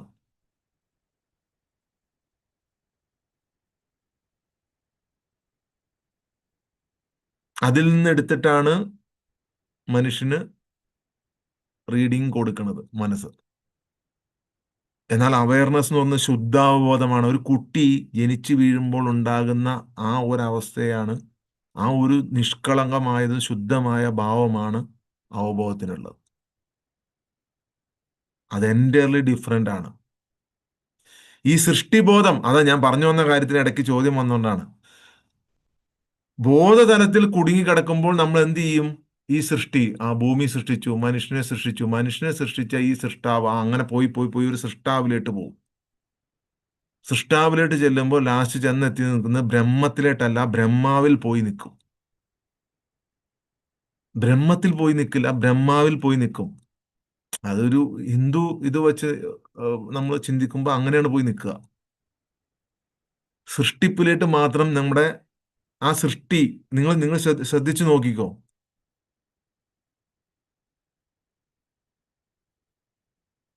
അവബോധം നേടേണ്ടതല്ല, അവബോധം വളർത്തേണ്ടതല്ല. അവബോധം എപ്പോഴും നിലനിൽക്കുന്നുണ്ട്. അതിനെ കണ്ടറിയുക എന്ന് മാത്രമേ ഉള്ളൂ, അല്ലാതെ നേടുകയല്ല ചെയ്യണത്. ഒരിക്കലും നേടാൻ പറ്റൂല അങ്ങനെ ഇരുന്ന് കഴിഞ്ഞാൽ. അതുണ്ടാകുന്നതല്ല, അത് ഓൾറെഡി ഉള്ളതാണ്, അത് അനശ്വരമാണ്. ശരീരവും മനസ്സും വച്ച് ചിന്തിക്കുമ്പോൾ നീ എങ്ങനെ ഉണ്ടായി എന്ന് ചിന്തിച്ചു കഴിഞ്ഞാൽ, ഞാൻ ലോജിക്ക് വെക്കുക. അപ്പൊ ലോജിക്ക് വെച്ചിട്ട് ചിന്തിക്കും. ലോജിക്ക് എന്താണ്? അച്ഛനും അമ്മ ഉണ്ടായി. അച്ഛനും അമ്മ എങ്ങനെ ഉണ്ടായി? അവരുടെ അച്ഛനും അമ്മ ഉണ്ടായി. ഇതെല്ലാം നശിച്ചു പോകുന്നതാണ്. ന- അതായത് അവിടെ നിങ്ങൾ ബ്രഹ്മാവിന്റെ അടുത്ത് വരെ എത്തുള്ളൂ, ബ്രഹ്മത്തിലോട്ട് എത്തില്ല. മനസ്സില്ലാതാക്കിയാൽ മതി. ഈ മനസ്സ് വച്ച് നീ ചിന്തിച്ചുകൊണ്ടിരിക്കുകയാണ്. അതാണ് നിനക്ക് ചോദ്യത്തിന് മുകളിൽ ചോദ്യം, ചോദ്യത്തിന് മുകളിൽ ചോദ്യം, ചോദ്യത്തിന് മുകളിൽ ചോദ്യം ഇങ്ങനെ വന്നുകൊണ്ടിരിക്കും. ഒരിക്കലും സത്യം കണ്ടെത്താൻ പറ്റൂല. ഒരിക്കൽ പോലും ആ നിരീക്ഷക ഭാവം എന്താണ് എന്ന് ചിന്തിച്ച് അതിനെ ഒന്ന് മനസ്സിലാക്കാൻ, ഈ ചിന്തിച്ചു കൊണ്ടിരിക്കുന്നത് എന്താണ് എന്ന് മനസ്സിലാക്കാനുള്ള ഒരു ഒരു ഒരു ഒരു ടൈം കിട്ടുന്നില്ല. അതിനു മുമ്പേ ചോദ്യം വരികയാണ്. ആരാണാ ചോദിക്കുന്നതെന്ന് നിങ്ങൾ മനസ്സിലാക്കിയാൽ മതി. നിങ്ങളുടെ ഉള്ളില് ഇത്തരം സംശയാസ്പദമായ സംശയാസ്പദമായ സംശയാസ്പദമായ ചോദ്യം, അവർ ആത്മാവ് നഷ്ടപ്പെട്ടവർ തന്നെയാണ്. നഷ്ടപ്പെട്ടു എന്ന് പറഞ്ഞാൽ പോയി എന്നല്ല അതിന്റെ അർത്ഥം. കൃഷ്ണൻ അർജുനനോട് പറഞ്ഞതും മുഹമ്മദ് നബി പറഞ്ഞതും ഖുർആൻ പറഞ്ഞതും ബൈബിളിൽ വിവിധ സ്ഥലങ്ങളിൽ പറഞ്ഞതുമായ ആ നഷ്ടപ്പെട്ടു, നിങ്ങളുടെ ആത്മാവ് നഷ്ടപ്പെട്ടു എന്ന് പറഞ്ഞു കഴിഞ്ഞാൽ ആ മനസ്സാണ് അവിടെ വന്ന് നിൽക്കുന്നത്. നിങ്ങൾ ചിന്തിച്ചു നോക്ക്. എല്ലാരും വിചാരിക്കുന്നത് ഈ സൃഷ്ടാവ് സൃഷ്ടി അതിലേട്ടാണ് പോണത്. ശരീരം മനസ്സ് സൃഷ്ടി. ഈ സൃഷ്ടിബോധത്തിൽ പോയി നിൽക്കുന്ന അവസാനത്തെ ദൈവം എന്ന് പറയുന്നത് മായയായ ഒരു ദൈവമാണ്. ഒരിക്കലും നിങ്ങൾക്ക് സത്യത്തെ കാണാൻ പറ്റൂല. അവൻ അപ്പോഴും ആ സൃഷ്ടിപ്പിനെയാണ് കാണുക. അവൻ അപ്പോഴും ആ അതായത് ഈ മായയായ സൃഷ്ടിപ്പുണ്ടല്ലോ, മായയായ സൃഷ്ടിപ്പ്, അതായത് നശിച്ചു പോകുന്ന. ശാസ്ത്രം പറയുന്നത് എന്താണ്? ഭൂമി ഉണ്ടായി, ഭൂമി ശൂന്യതയിൽ നിന്നുണ്ടായി, അല്ലേ? ഭൂമി ശൂന്യതയിൽ, ശ്രദ്ധിച്ച് കേട്ടോളണം, ഭൂമി ശൂന്യതയിൽ നിന്നുണ്ടായി, ശൂന്യതയിൽ തന്നെ അത് പോവും. ശരീരം അങ്ങനെ തന്നെയാണ്. മരങ്ങളും വൃക്ഷങ്ങളും സകല ജന്തു ജാലങ്ങളും എല്ലാം അങ്ങനെ തന്നെയാണ്. ശൂന്യതയിൽ നിന്നുണ്ടായി ശൂന്യതയിൽ തന്നെ പോകും. പക്ഷെ പോകാത്തതൊന്നുണ്ട്. ആ പോകാത്ത ഒന്നാണ് സത്യം.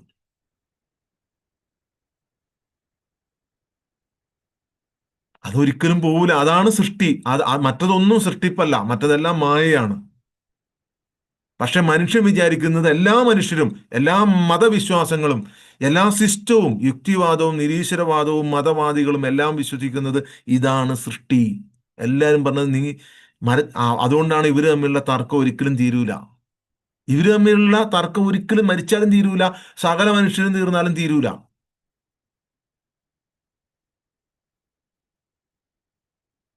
അവര് തമ്മിലുള്ള തർക്കം എങ്ങനെ തീരാനാണ്?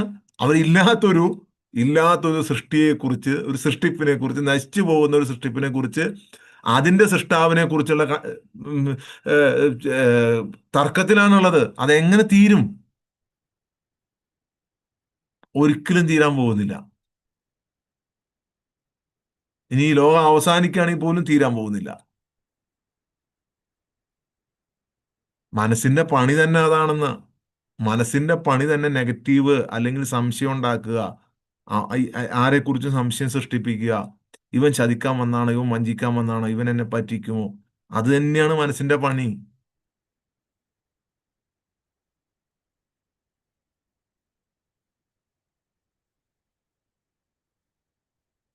ആ മനസ്സിനെ തരണം ചെയ്യാൻ പറ്റുമ്പോൾ, ആ സൃഷ്ടിബോധത്തിൽ നിന്ന് പുറത്തു വരുമ്പോൾ, നിങ്ങൾ സത്യത്തിൽ ഒരിക്കലും രക്ഷിതാവിൽ നിന്ന് വേർപിരിഞ്ഞിട്ടില്ല. അതാണ് സത്യം.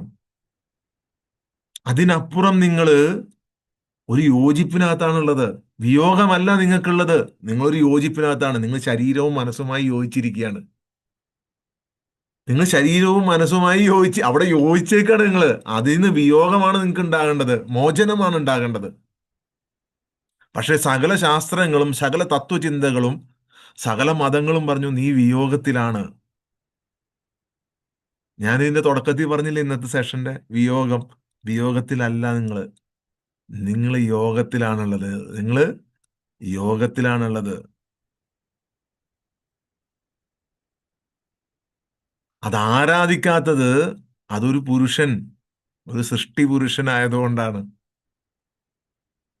സൃഷ്ടി, സൃഷ്ടാവ്, അതിനെ കൊണ്ടൊന്നും ആരും ആരാധിക്കില്ല. അതല്ല രക്ഷിതാവ് എന്ന് പറയുന്നത്.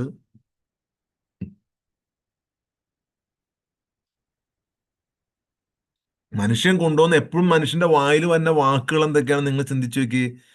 പടച്ചവൻ, സൃഷ്ടിബോധത്തിൽ നിന്നുണ്ടായതാണ് പടച്ചവൻ, സൃഷ്ടാവ്, ക്രിയേറ്റർ. എല്ലാ സൃഷ്ടിബോധത്തിൽ നിന്നാണ് ഉണ്ടാവുന്നത്. എവിടെയെങ്കിലും ആരെങ്കിലും രക്ഷിതാവെന്ന് ഉപയോഗിക്കണ്ടോ? വളരെ അപൂർവം. വളരെ അപൂർവമാണ് ഉപയോഗിക്കുക. ഇപ്പൊ നമ്മൾ ഈ ഇത്രയും ഡീപ്പായിട്ട് ഈ സെഷനുകൾ പോയി തുടങ്ങിയപ്പോൾ ഇപ്പൊ പലരും മാറ്റി തുടങ്ങി. ഞങ്ങളുടെ പേര് ഇങ്ങനെയല്ല, ഞങ്ങളുടെ പേര് സമർപ്പണം എന്നാണ്. നിങ്ങൾ ഉദ്ദേശിക്കുന്ന ആൾക്കാരൊന്നും അല്ല ഞങ്ങള്. ഇപ്പൊ എത്ര വീഡിയോസാ തന്നെ ഞങ്ങളുടെ പേര് മാറ്റി. ഞങ്ങള് ആ പേരൊന്നും അല്ല ഞങ്ങളുടെ പേര് ശരിക്കും സമർപ്പണം എന്നാണ് എന്ന് പറഞ്ഞുകൊണ്ട് ഞാൻ അത്ഭുതപ്പെട്ടു പോയി. ഇന്നലെ എനിക്കൊരു 8-10 വീഡിയോ ആൾക്കാർ അയച്ചു തന്നു.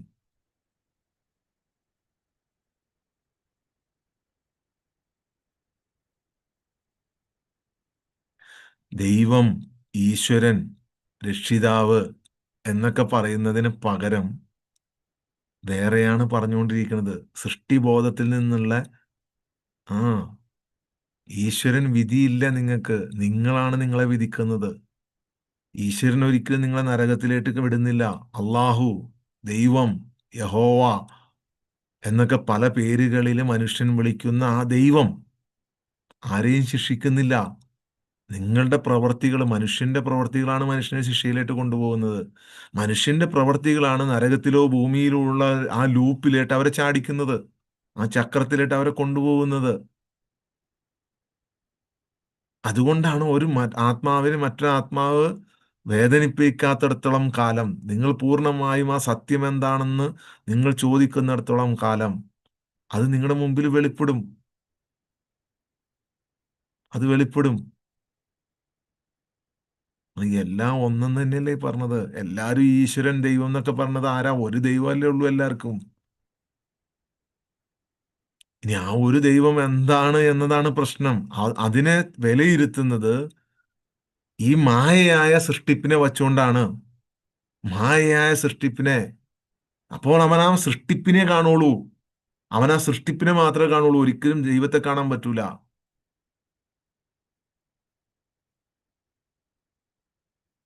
അതാണ് പ്രശ്നം. നീ സൃഷ്ടിപ്പാണ് കാണുന്നത്, മായയാണ് കാണുന്നത്. ഇല്ലാതായി പോവില്ലത്. ഇല്ലാതായി പോകുന്നതിന് നീ ആ സൃഷ്ടിപ്പിനെ കാണണം. അനശ്വരമായതിനെ നിനക്ക് കാണാൻ പറ്റണല്ല.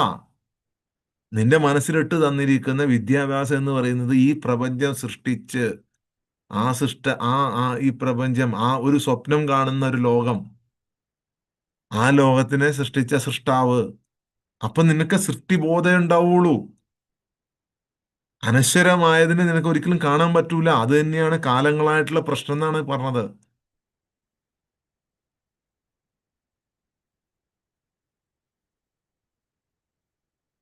അതൊക്കെ നിങ്ങളുടെ എന്തെങ്കിലും വീട്ടിലെ പ്രശ്നങ്ങൾ കൊണ്ടായിരിക്കും നിങ്ങൾക്ക് ദേഷ്യവും സങ്കടവും വന്നത്. അല്ലാതെ പ്രോസസ് ചെയ്യാത്തതുകൊണ്ടോ ക്ലാസ് കേൾക്കാത്തതുകൊണ്ടോ ഒന്നുമല്ല. നിങ്ങൾ അതിനകത്തായിട്ട് അറ്റാച്ച് ആയിട്ടുണ്ടാവും. അല്ലാതെ ഈ ക്ലാസ് കേൾക്കുന്നതോ ഈ കണ്ണടച്ചിരിക്കുന്നതോ ഒന്നുമല്ല നിങ്ങളുടെ സങ്കടത്തിന്റെയും ദേഷ്യത്തിന്റെയും സന്തോഷത്തിന്റെയും ഒന്നും കാരണം.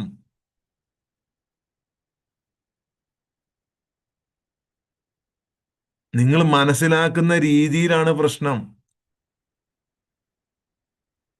സൃഷ്ടാവെന്ന ബോധത്തിൽ മനസ്സിലാക്കുമ്പോൾ നിങ്ങൾ ബ്രഹ്മാവെന്ന ബോധത്തിലാണ് മനസ്സിലാക്കണത്. അത് പറഞ്ഞു തന്നാൽ മനസ്സിലാവേണ്ടവർക്ക് മനസ്സിലാവും, അല്ലാത്തവർക്ക് ഇപ്പം എത്ര പറഞ്ഞു തന്നാലും മനസ്സിലാവില്ലോ.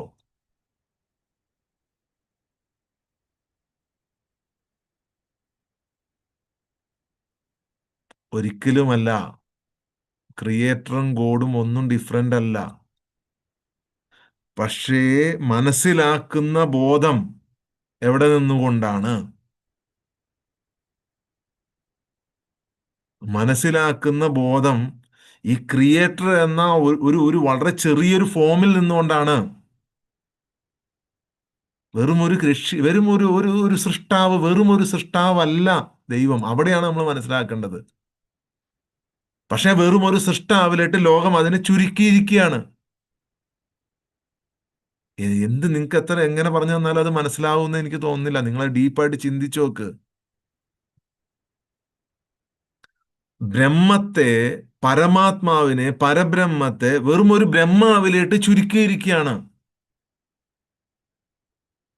ഇനി ഇതിൽ കൂടുതൽ എങ്ങനെ വ്യക്തമായിട്ട് നിങ്ങൾക്ക് പറഞ്ഞു തരിക? നിങ്ങൾക്ക് ബോധം ഉണ്ടെങ്കിൽ, ബുദ്ധി ഉണ്ടെങ്കിൽ ചിന്തിച്ചു നോക്ക്.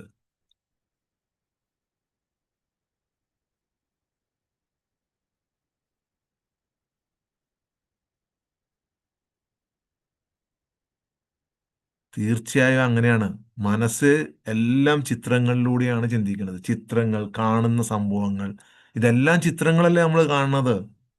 എല്ലാം ചിത്രങ്ങളാണ് കാണുന്നത്. എല്ലാം ചിത്രങ്ങളെ, രൂപങ്ങളെയാണ് കാണുന്നത്. ആ രൂപങ്ങൾ ഒബ്ജക്റ്റീവായിട്ടാണ് മനസ്സ് മനസ്സ് ചിന്തിക്കുക. ഒബ്ജക്റ്റീവ് വൈസ് ആണ് മനസ്സ് ചിന്തിക്കുക.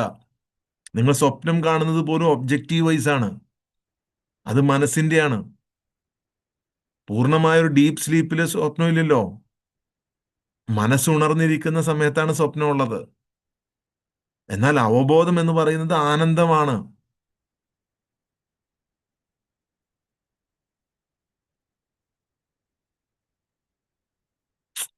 അങ്ങനെയല്ല. ബ്രഹ്മാവ് ചെറിയത്, പരബ്രഹ്മം അല്ല, ഒരൊറ്റ ദൈവമേ ഉള്ളൂ. ഒറ്റ ദൈവമേ ഉള്ളൂ. ചെറിയ ഗോഡ്, വലിയ ഗോഡ്, അങ്ങനെയല്ല. ആ മനസ്സെന്ന് പറഞ്ഞിട്ടുണ്ടെങ്കിൽ ശരിക്കും ഈ ഭൂമിയിലെ ഒരു കണ്ണാടിയാണ്. ഭൂമിയിലെ അവബോധം എന്ന് പറയുന്നത് സത്യത്തിന്റെ കണ്ണാടിയാണ്. അവബോധം എന്ന് പറയുന്നത് സത്യത്തിന്റെ കണ്ണാടിയാണ്. മനസ്സ് ഭൂമിയുടെ കണ്ണാടിയാണ്. രണ്ടും തമ്മിൽ വ്യത്യാസമുണ്ട്.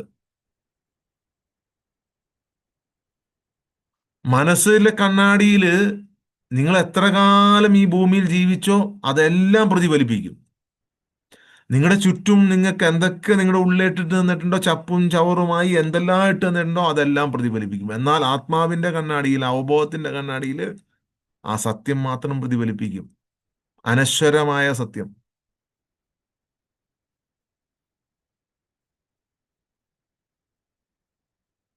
ഉം.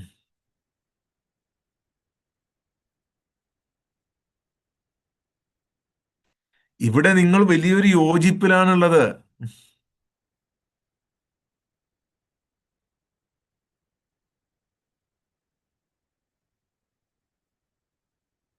സത്യം നിങ്ങൾ സ്വയം ചോദിക്കേണ്ടതാണ്. സ്വയം ചോദിക്കുമ്പോൾ നിങ്ങൾക്ക് അത് സ്വയം മനസ്സിലാവും.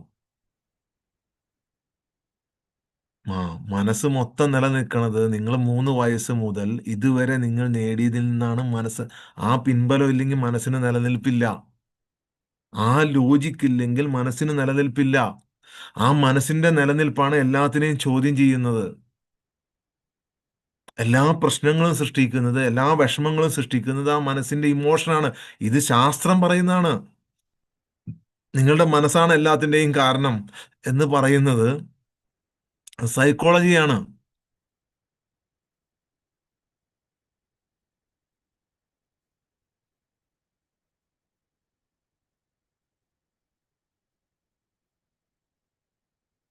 മനസ്സിനെ ഇല്ലാതാക്കാൻ ശ്രമിക്കുമ്പോൾ അറിവില്ലാതെ പോവുകയല്ല ചെയ്യുന്നത്. എല്ലാം അറിയുന്ന ഒരു സത്യബോധത്തിലേക്ക് വരികയാണ് ചെയ്യുന്നത്. അവിടെയാണ് മനുഷ്യന്റെ മിസ്റ്റേക്ക്. മനസ്സില്ലാതായി കഴിഞ്ഞാൽ ഞാൻ തീർന്നില്ലേ, ഞാൻ പോയില്ലേ, അത് മനസ്സ് തോന്നിപ്പിക്കുന്നതാണ്. മനസ്സിന് റോളില്ലാതാവുകയാണ് അവിടെ.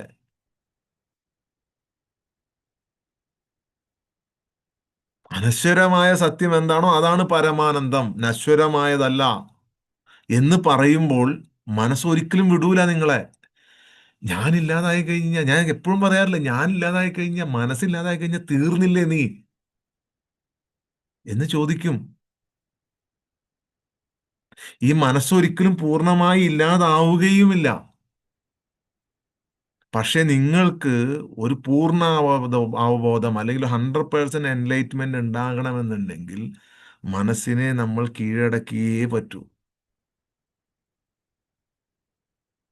മനസ്സുമായി യുദ്ധം ചെയ്തല്ല അത് കീഴടക്കേണ്ടത്. യുദ്ധം ചെയ്ത് ഒരിക്കലും കീഴടക്കാൻ പറ്റൂല. ആദ്യം അവൻ ഇങ്ങനെ വീണ്ടും വീണ്ടും വീണ്ടും വീണ്ടും നിങ്ങളിലേക്ക് വലിച്ചഴിച്ചുകൊണ്ടിരിക്കും. സൃഷ്ടാവ് എന്ന് പറയുന്നത് ഉദ്ദേശിക്കുന്നത് വെറും ഒരു സൃഷ്ടാവ് മാത്രമല്ല. പക്ഷെ വാക്കുകളിലൂടെ പറഞ്ഞ് പറഞ്ഞ് പറഞ്ഞ് പറഞ്ഞ് പറഞ്ഞ് പറഞ്ഞ് പറഞ്ഞ് അതൊരു സൃഷ്ടാവ്, സൃഷ്ടി, സൃഷ്ടിപ്പ്, അതിൽ മാത്രമുള്ള തർക്കങ്ങളിലേക്ക് പോയിരിക്കുകയാണ്. അതാണ് ഇന്ന് നടന്നുകൊണ്ടിരിക്കുന്നത് മൊത്തം. മതവാദികളും യുക്തിവാദികളും തമ്മിൽ നടക്കുന്ന തർക്കം നിങ്ങൾ എടുത്ത് ശ്രദ്ധിച്ചു നോക്ക്. ഭൂമി സൃഷ്ടിച്ചതാരാണ്? മനുഷ്യനെ സൃഷ്ടിച്ചതാരാണ്? എന്താണ് ഇങ്ങനെ സൃഷ്ടി? ഈ ബ്രെയിൻ എങ്ങനെ ഉണ്ടായതാണ്? അതല്ലേ ചർച്ച.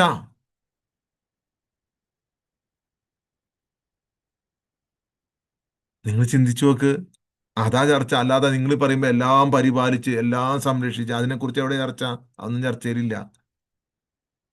അത് ഇടയ്ക്ക് എപ്പോഴെങ്കിലുമൊക്കെ ഒന്ന് കയറി വന്നാൽ അത്രേ ഉള്ളൂ. അത് എന്താണെന്ന് ഡീപ്പായിട്ടൊരു ചർച്ച പോലും ഇല്ല. എന്താണ് അവബോധം? എന്താണ് അനുഭവങ്ങൾ? ഈ അനുഭവങ്ങളുടെ ശാസ്ത്രം എന്താണ്? 800 കോടി മനുഷ്യർക്കും എങ്ങനെയാണ് വ്യത്യസ്തമായ അനുഭവങ്ങൾ ഉണ്ടാകുന്നത്? ആ അനുഭവങ്ങളുടെ ശാസ്ത്രം എന്താണ്? ആ അനുഭവങ്ങളിൽ നിന്നാണോ ഈ വിഷമങ്ങളും സങ്കടങ്ങളും ഉണ്ടാകുന്നത് എന്നാണ് ശാസ്ത്രം പഠിപ്പിക്കുന്നത്.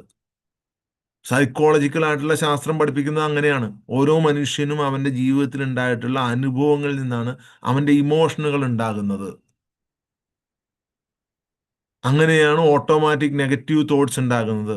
ചെറുപ്പം മുതൽ ഉണ്ടായിട്ടുള്ള അനുഭവങ്ങളിൽ നിന്ന് അവന്റെ ഉള്ളിൽ സ്റ്റോർ ചെയ്ത് വച്ചിരിക്കുന്ന ഇമോഷനുകളെ എടുത്ത് ഷൂട്ടപ്പ് ചെയ്ത് അത് പുറത്തേട്ട് വരുമ്പോഴാണ് ഓരോ ചിന്തകളും ഉണ്ടാകുന്നത്. അപ്പോൾ ആ സാധനം ഇവിടെ നിന്ന് കിട്ടിയതല്ലേ? ഈ ഭൂമിയിൽ വന്നതിന് ശേഷം ഇവിടെ നിന്ന് കിട്ടിയതാണ്. അപ്പൊ ഭൂമിയിലോട്ട് വന്നത് എന്താണ്? ഭൂമിയിലോട്ട് വന്നതിന് ശേഷം കിട്ടിയതാണെന്ന് ശാസ്ത്രം തന്നെയാണ് പറഞ്ഞത്. ഈ മനസ്സ് എന്ന് പറയുന്ന സാധനം നിങ്ങളുടെ ചുറ്റുമുള്ളവർ നിങ്ങൾക്ക് രൂപീകരിച്ചു തന്നതാണ്. അൺകോൺഷ്യസ് മൈൻഡ് ഒഴികെ. അൺകോൺഷ്യസ് മൈൻഡ് എന്താണ് എന്ന് ഇപ്പോഴും പൂർണ്ണമായ ഗവേഷണം നടത്താൻ പറ്റിയിട്ടില്ല. പാസ്റ്റ് ലൈഫ് റിഗ്രഷൻ എന്ന് പറഞ്ഞുകൊണ്ട് ഹിപ്നോതെറാപ്പിയിൽ ഒരു സെഷൻ ഉണ്ട്. Past life regression. കഴിഞ്ഞ ജന്മത്തിലെ കാര്യങ്ങൾ എടുത്തിട്ട് ക്ലിയർ ചെയ്യുമെന്നാണ് പറഞ്ഞത്. അത് എങ്ങനെ, എവിടെ നിന്ന് എടുക്കുന്നു, എന്തിനെടുക്കുന്നു എന്നതിനെക്കുറിച്ച് കൃത്യമായ ഒരു ഗവേഷണം പോലും ഇന്ന് നടന്നിട്ടില്ല.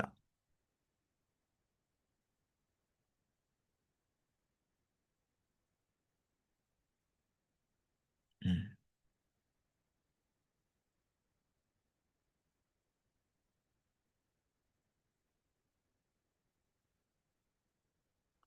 ഇത് പറഞ്ഞു വരുമ്പോൾ മനസ്സിലാകാതെ വരുന്നുണ്ടെങ്കിൽ 2-3 പ്രാവശ്യം കേട്ടാൽ മതി, തന്നെ മനസ്സിലാവും.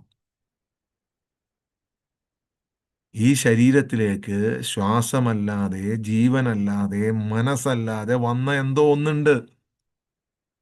ആ വന്ന എന്തോ ഒന്നിന് ഈ മനസ്സിനെയും ഈ ശരീരത്തെയും മറ്റ് ജീവജാലങ്ങളെയും സ്വന്തത്തിനെ തന്നെയും നിരീക്ഷിക്കാനുള്ള ഒരു കഴിവുണ്ട്. നിരീക്ഷിക്കാനുള്ള ഒരു കഴിവുണ്ട്. റിയാലിറ്റി ഉണ്ടോ ഇല്ലയോ എന്നുള്ളതല്ല, നടക്കുന്നുണ്ട്. വളരെ കൃത്യമായി വ്യവസ്ഥാപിതമായി പാസ്റ്റ് ലൈഫ് റിഗ്രഷന്റെ കാര്യങ്ങൾ നടക്കുന്നുണ്ട്. നടക്കുന്നുണ്ട്. ഉണ്ടോ ഇല്ലയോ എന്നുള്ളതല്ല പ്രശ്നം. റൂഹ്, ആത്മാവ്, സോൾ, സ്പിരിറ്റ് എന്നൊക്കെ പറയുന്ന ആ സാധനം അതിനൊന്ന് മാറി നിന്ന് നിരീക്ഷിക്കാൻ കഴിയുന്നുണ്ട്. ഇത് മനുഷ്യനിൽ മാത്രമാണുള്ളത്. അതെന്താണ് എന്ന് തിരിച്ചറിഞ്ഞു കഴിഞ്ഞാൽ അതിനെ കൃത്യമായി മനസ്സിലാക്കി സ്റ്റെപ്പ് ബൈ സ്റ്റെപ്പായിട്ട് അതിനെ കൃത്യമായി അച്ചീവ് ചെയ്ത് കഴിഞ്ഞു കഴിഞ്ഞാൽ പിന്നെ ഈ ഭൂമിയിൽ ഒരു പ്രശ്നങ്ങളുമില്ല. മനുഷ്യർ തമ്മിൽ അടിയില്ല. ആ യേശു വരും, അന്ന് എല്ലാവരും മനുഷ്യർ തമ്മിൽ അടിയില്ലാതാവുന്ന പറഞ്ഞാൽ ചുമ്മാ ഉണ്ടാവില്ല. അതിന് മുന്നൊരുക്കം വേണം. അതിന് മുന്നൊരുക്കം വേണം. മനുഷ്യർ തമ്മിൽ അടി ഉണ്ടാവാതിരിക്കണമെങ്കിൽ ഈ ഒരു ഇതിലിട്ട് അവർ വന്നം. ഈ കാണുന്ന ശരീരമല്ല. ഞങ്ങൾ മതത്തിന്റെ പേരിൽ അങ്ങോട്ടും ഇങ്ങോട്ടും അടിക്കേണ്ടവരല്ല. ഞങ്ങൾ പരസ്പരം തമ്മിൽ തല്ലേണ്ടവരല്ല. തമ്മിൽ തല്ലേണ്ട ശരീരങ്ങളല്ല ഞങ്ങൾ. അതിനെല്ലാം അപ്പുറത്തുള്ള ഒരു സത്യമാണ് ഞങ്ങൾ. ഞങ്ങൾക്ക് ദൈവികമായ ശക്തികളുണ്ട്. ദൈവം എല്ലാ ശക്തിയും മനുഷ്യൻ നൽകിയാണ് വിട്ടിട്ടുള്ളത്. കരുണയും കാരുണ്യവും സ്നേഹവും എല്ലാം ദൈവികമാണ്. ആ ദൈവികമായതെല്ലാം മനുഷ്യന് നൽകിയിട്ടുണ്ട് എന്ന് മനസ്സിലാക്കി കഴിയുമ്പോൾ പിന്നെ പ്രശ്നം ഉണ്ടാവൂല. അങ്ങനെ തന്നെയല്ലേ ഒരു സത്യയുഗത്തിലേക്ക് പോകാൻ പറ്റുള്ളൂ. മനുഷ്യർ തമ്മിൽ പ്രശ്നങ്ങളില്ലാത്ത, ബുദ്ധിമുട്ടുകളില്ലാത്ത, കഷ്ടപ്പാടുകളില്ലാത്ത ഒരു ലോകമാണ് സ്വപ്നം കാണുന്നത് എല്ലാവരും. അതാണ് ദൈവരാജ്യം. അതിന് ആദ്യം ആരെങ്കിലുമൊക്കെ മാറണ്ടേ?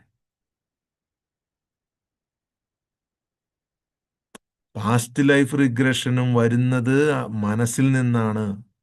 അൺകോൺഷ്യസ് മൈൻഡിൽ നിന്നാണ് വരുന്നത്, മനസ്സിൽ നിന്നാണ്. അത് ആ ഒരു സിസ്റ്റം നടക്കുന്നത് മനസ്സിൽ നിന്നല്ലേ?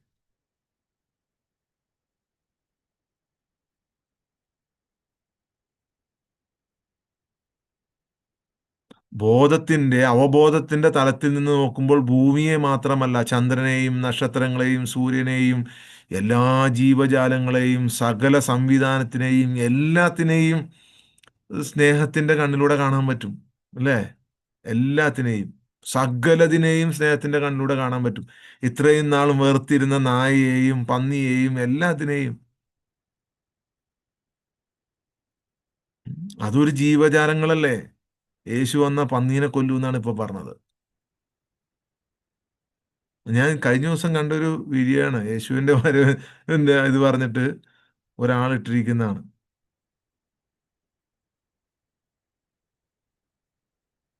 മനുഷ്യനാണ് ഏറ്റവും ഉത്തമമായ ജന്മം.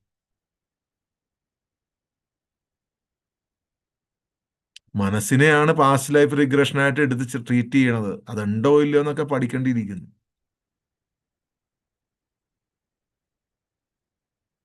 ട്രീറ്റ് ചെയ്യുന്ന സംവിധാനമാണ് ഞാൻ പറഞ്ഞത്. പാസ്റ്റ് ലൈഫ് റിഗ്രഷൻ എന്ന് പറയുന്ന ഒരു ട്രീറ്റ്മെന്റ് ഉണ്ട്.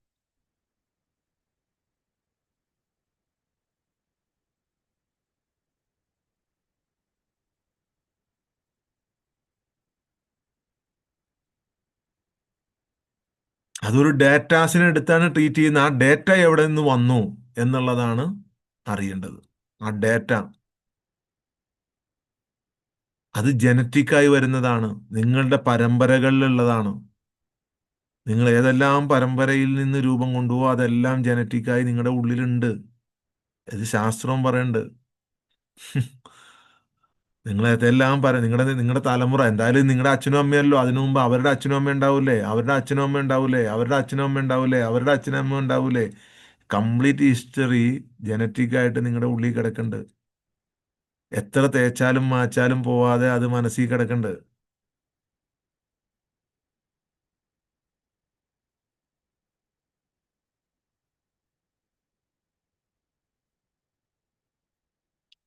തീയിലിട്ട് ചുട്ട് കരിക്കണമെന്നുണ്ടെങ്കിൽ, നിങ്ങളെ ബുദ്ധിമുട്ടിക്കണമെന്നുണ്ടെങ്കിൽ അത് ശരീരം കൊണ്ടേ പറ്റുള്ളൂ. ആത്മാവിന്റെ അവസ്ഥയല്ല അത്, ശരീരത്തിന്റെ അവസ്ഥയാണത്. മനസ്സിലാവണം. ശരീരം ഇല്ലാതെ നിങ്ങൾക്ക് വേദന ഫീൽ ചെയ്യാൻ പറ്റില്ല. മരിച്ചു കിടക്കുന്ന ഒരാൾക്ക് വേദന ഫീൽ ചെയ്യുന്ന പറഞ്ഞു കഴിഞ്ഞാൽ പറ്റില്ല.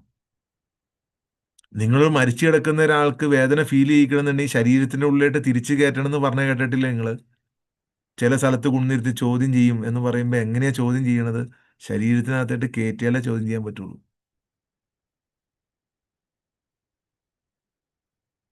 അപ്പൊ വേറെ ഏതെങ്കിലും ശരീരത്തിൽ കയറ്റണം അതിനെ. ആ ശരീരം കത്തിച്ചു പോയാൽ പോലും.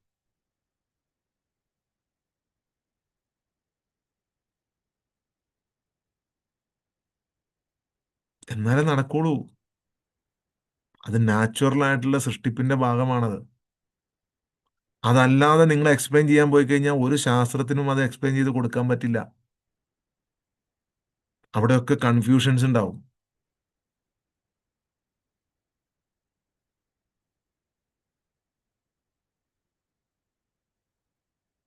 ആത്മാവിനെ കുറിച്ചും സോളിനെ കുറിച്ചും കൃത്യമായ പഠനം നടക്കണം.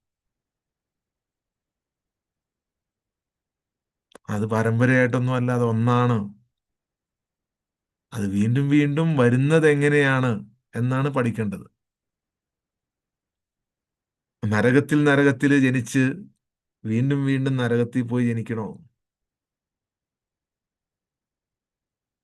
നരകം ഓരോ സമയം ചെല്ലുന്തോറും കൂടുതൽ കൂടുതൽ ശക്തി ആർജിച്ചുകൊണ്ടിരിക്കുകയാണ് അല്ലേ? ഉം. ഓരോ കാലഘട്ടം കഴിയുന്തോറും നരകം കൂടുതൽ കൂടുതൽ ശക്തി ആർജിച്ചുകൊണ്ടിരിക്കുകയാണ്. പിഞ്ചു കുഞ്ഞുങ്ങളെ കൊല്ലുന്ന ലോകം, കത്തിച്ച് കരിച്ചു കളയുന്ന ലോകം, ബോംബിട്ട് തീയിൽ ചുട്ട് കരയുന്ന ലോകം, ചെറിയ കുഞ്ഞു കുട്ടികളെ വരെ. അതിനി വീണ്ടും ഇപ്പം വേറെ രാജ്യങ്ങൾ തമ്മിൽ ഇനി അതിലും ശക്തമായ രൂക്ഷമായ ഇത് വരാൻ പോവാണ് അല്ലേ? അങ്ങനെയല്ലേ ലോകം കാണുന്നത് ഇപ്പൊ നമ്മള്? ലോകത്തായിട്ട് നോക്കിക്കഴിഞ്ഞാൽ മൊത്തം അസ്വസ്ഥത, എല്ലാവരും പരസ്പരം ഒരാവശ്യവുമില്ലാതെ കുറ്റം പറയുന്നു, ഒരാവശ്യവുമില്ലാതെ ചീത്ത വിളിക്കുന്നു. ഉം. യാതൊരു ബന്ധവുമില്ല എന്നിട്ടും ചീത്ത വിളിക്കുന്നു.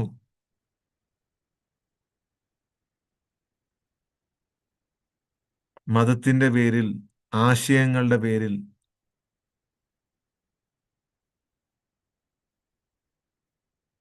ഇപ്പൊ നമ്മള് ഒരാൾ വിമർശിക്കുകയാണ്, നമ്മളും ഇവിടെ ഇരുന്ന് അതേ വിമർശനം തന്നെ തുടങ്ങിക്കഴിഞ്ഞാൽ എന്നായിരിക്കും അവസ്ഥ?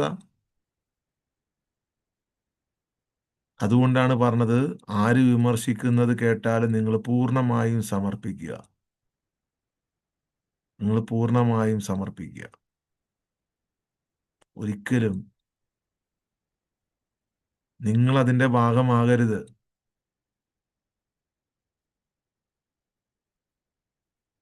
ഉം. പരസ്പരം പോരടിക്കുമ്പോഴാണ് ന്യൂസ് അവറൊക്കെ ആവണത്.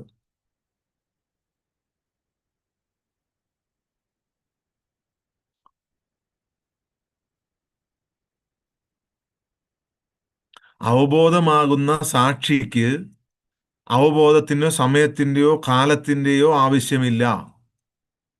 അവബോധത്തിന് എല്ലാം അറിയാം. പക്ഷെ ശരീരത്തിൽ നിൽക്കുമ്പോൾ ഈ ശരീരത്തിന്റെ കാര്യം മാത്രമേ അറിയാൻ പറ്റൂ. ശരീരവും മനസ്സുമായി യോഗത്തിലാണ് എന്നുണ്ടെങ്കിൽ, യോജിച്ചാണ് നിൽക്കുന്നത് എന്നുണ്ടെങ്കിൽ അത് മാത്രമേ അറിയാൻ പറ്റുള്ളൂ. അതിൽ നിന്ന് വിട്ടുമാറിയാൽ എല്ലാം അറിയാൻ പറ്റും. ആ അവബോധത്തിന് സ്വയം തിരിച്ചറിവുണ്ടായി, എൻലൈറ്റ്മെന്റ് ഉണ്ടായി. അതിനാണ് മുട്ടി ഉണർത്താൻ ഒരാൾ വേണ്ടത്. ഡേ നീ ഉറങ്ങുവാണ്, ഷ്ട്, ഹലോ എഴുന്നേക്ക് എന്ന് പറയാൻ ഒരാൾ വേണം. അപ്പൊ മനസ്സിലാവും, ഞെട്ടി എഴുന്നേറ്റ്, പക്ഷെ ഞാൻ സ്വപ്നം കാണുകയായിരുന്നു, ഇത്ര നേരം ഞാൻ സ്വപ്നം കാണുകയായിരുന്നു. കുറെ സ്വപ്നങ്ങൾ കണ്ടു റാൻഡമായിട്ട്. സ്വപ്നം എല്ലാം റാൻഡാണല്ലേ? സ്വപ്നത്തിൽ വലിയ രഹസ്യമുണ്ട്. അടുത്ത ദിവസം പറയാം കേട്ടോ.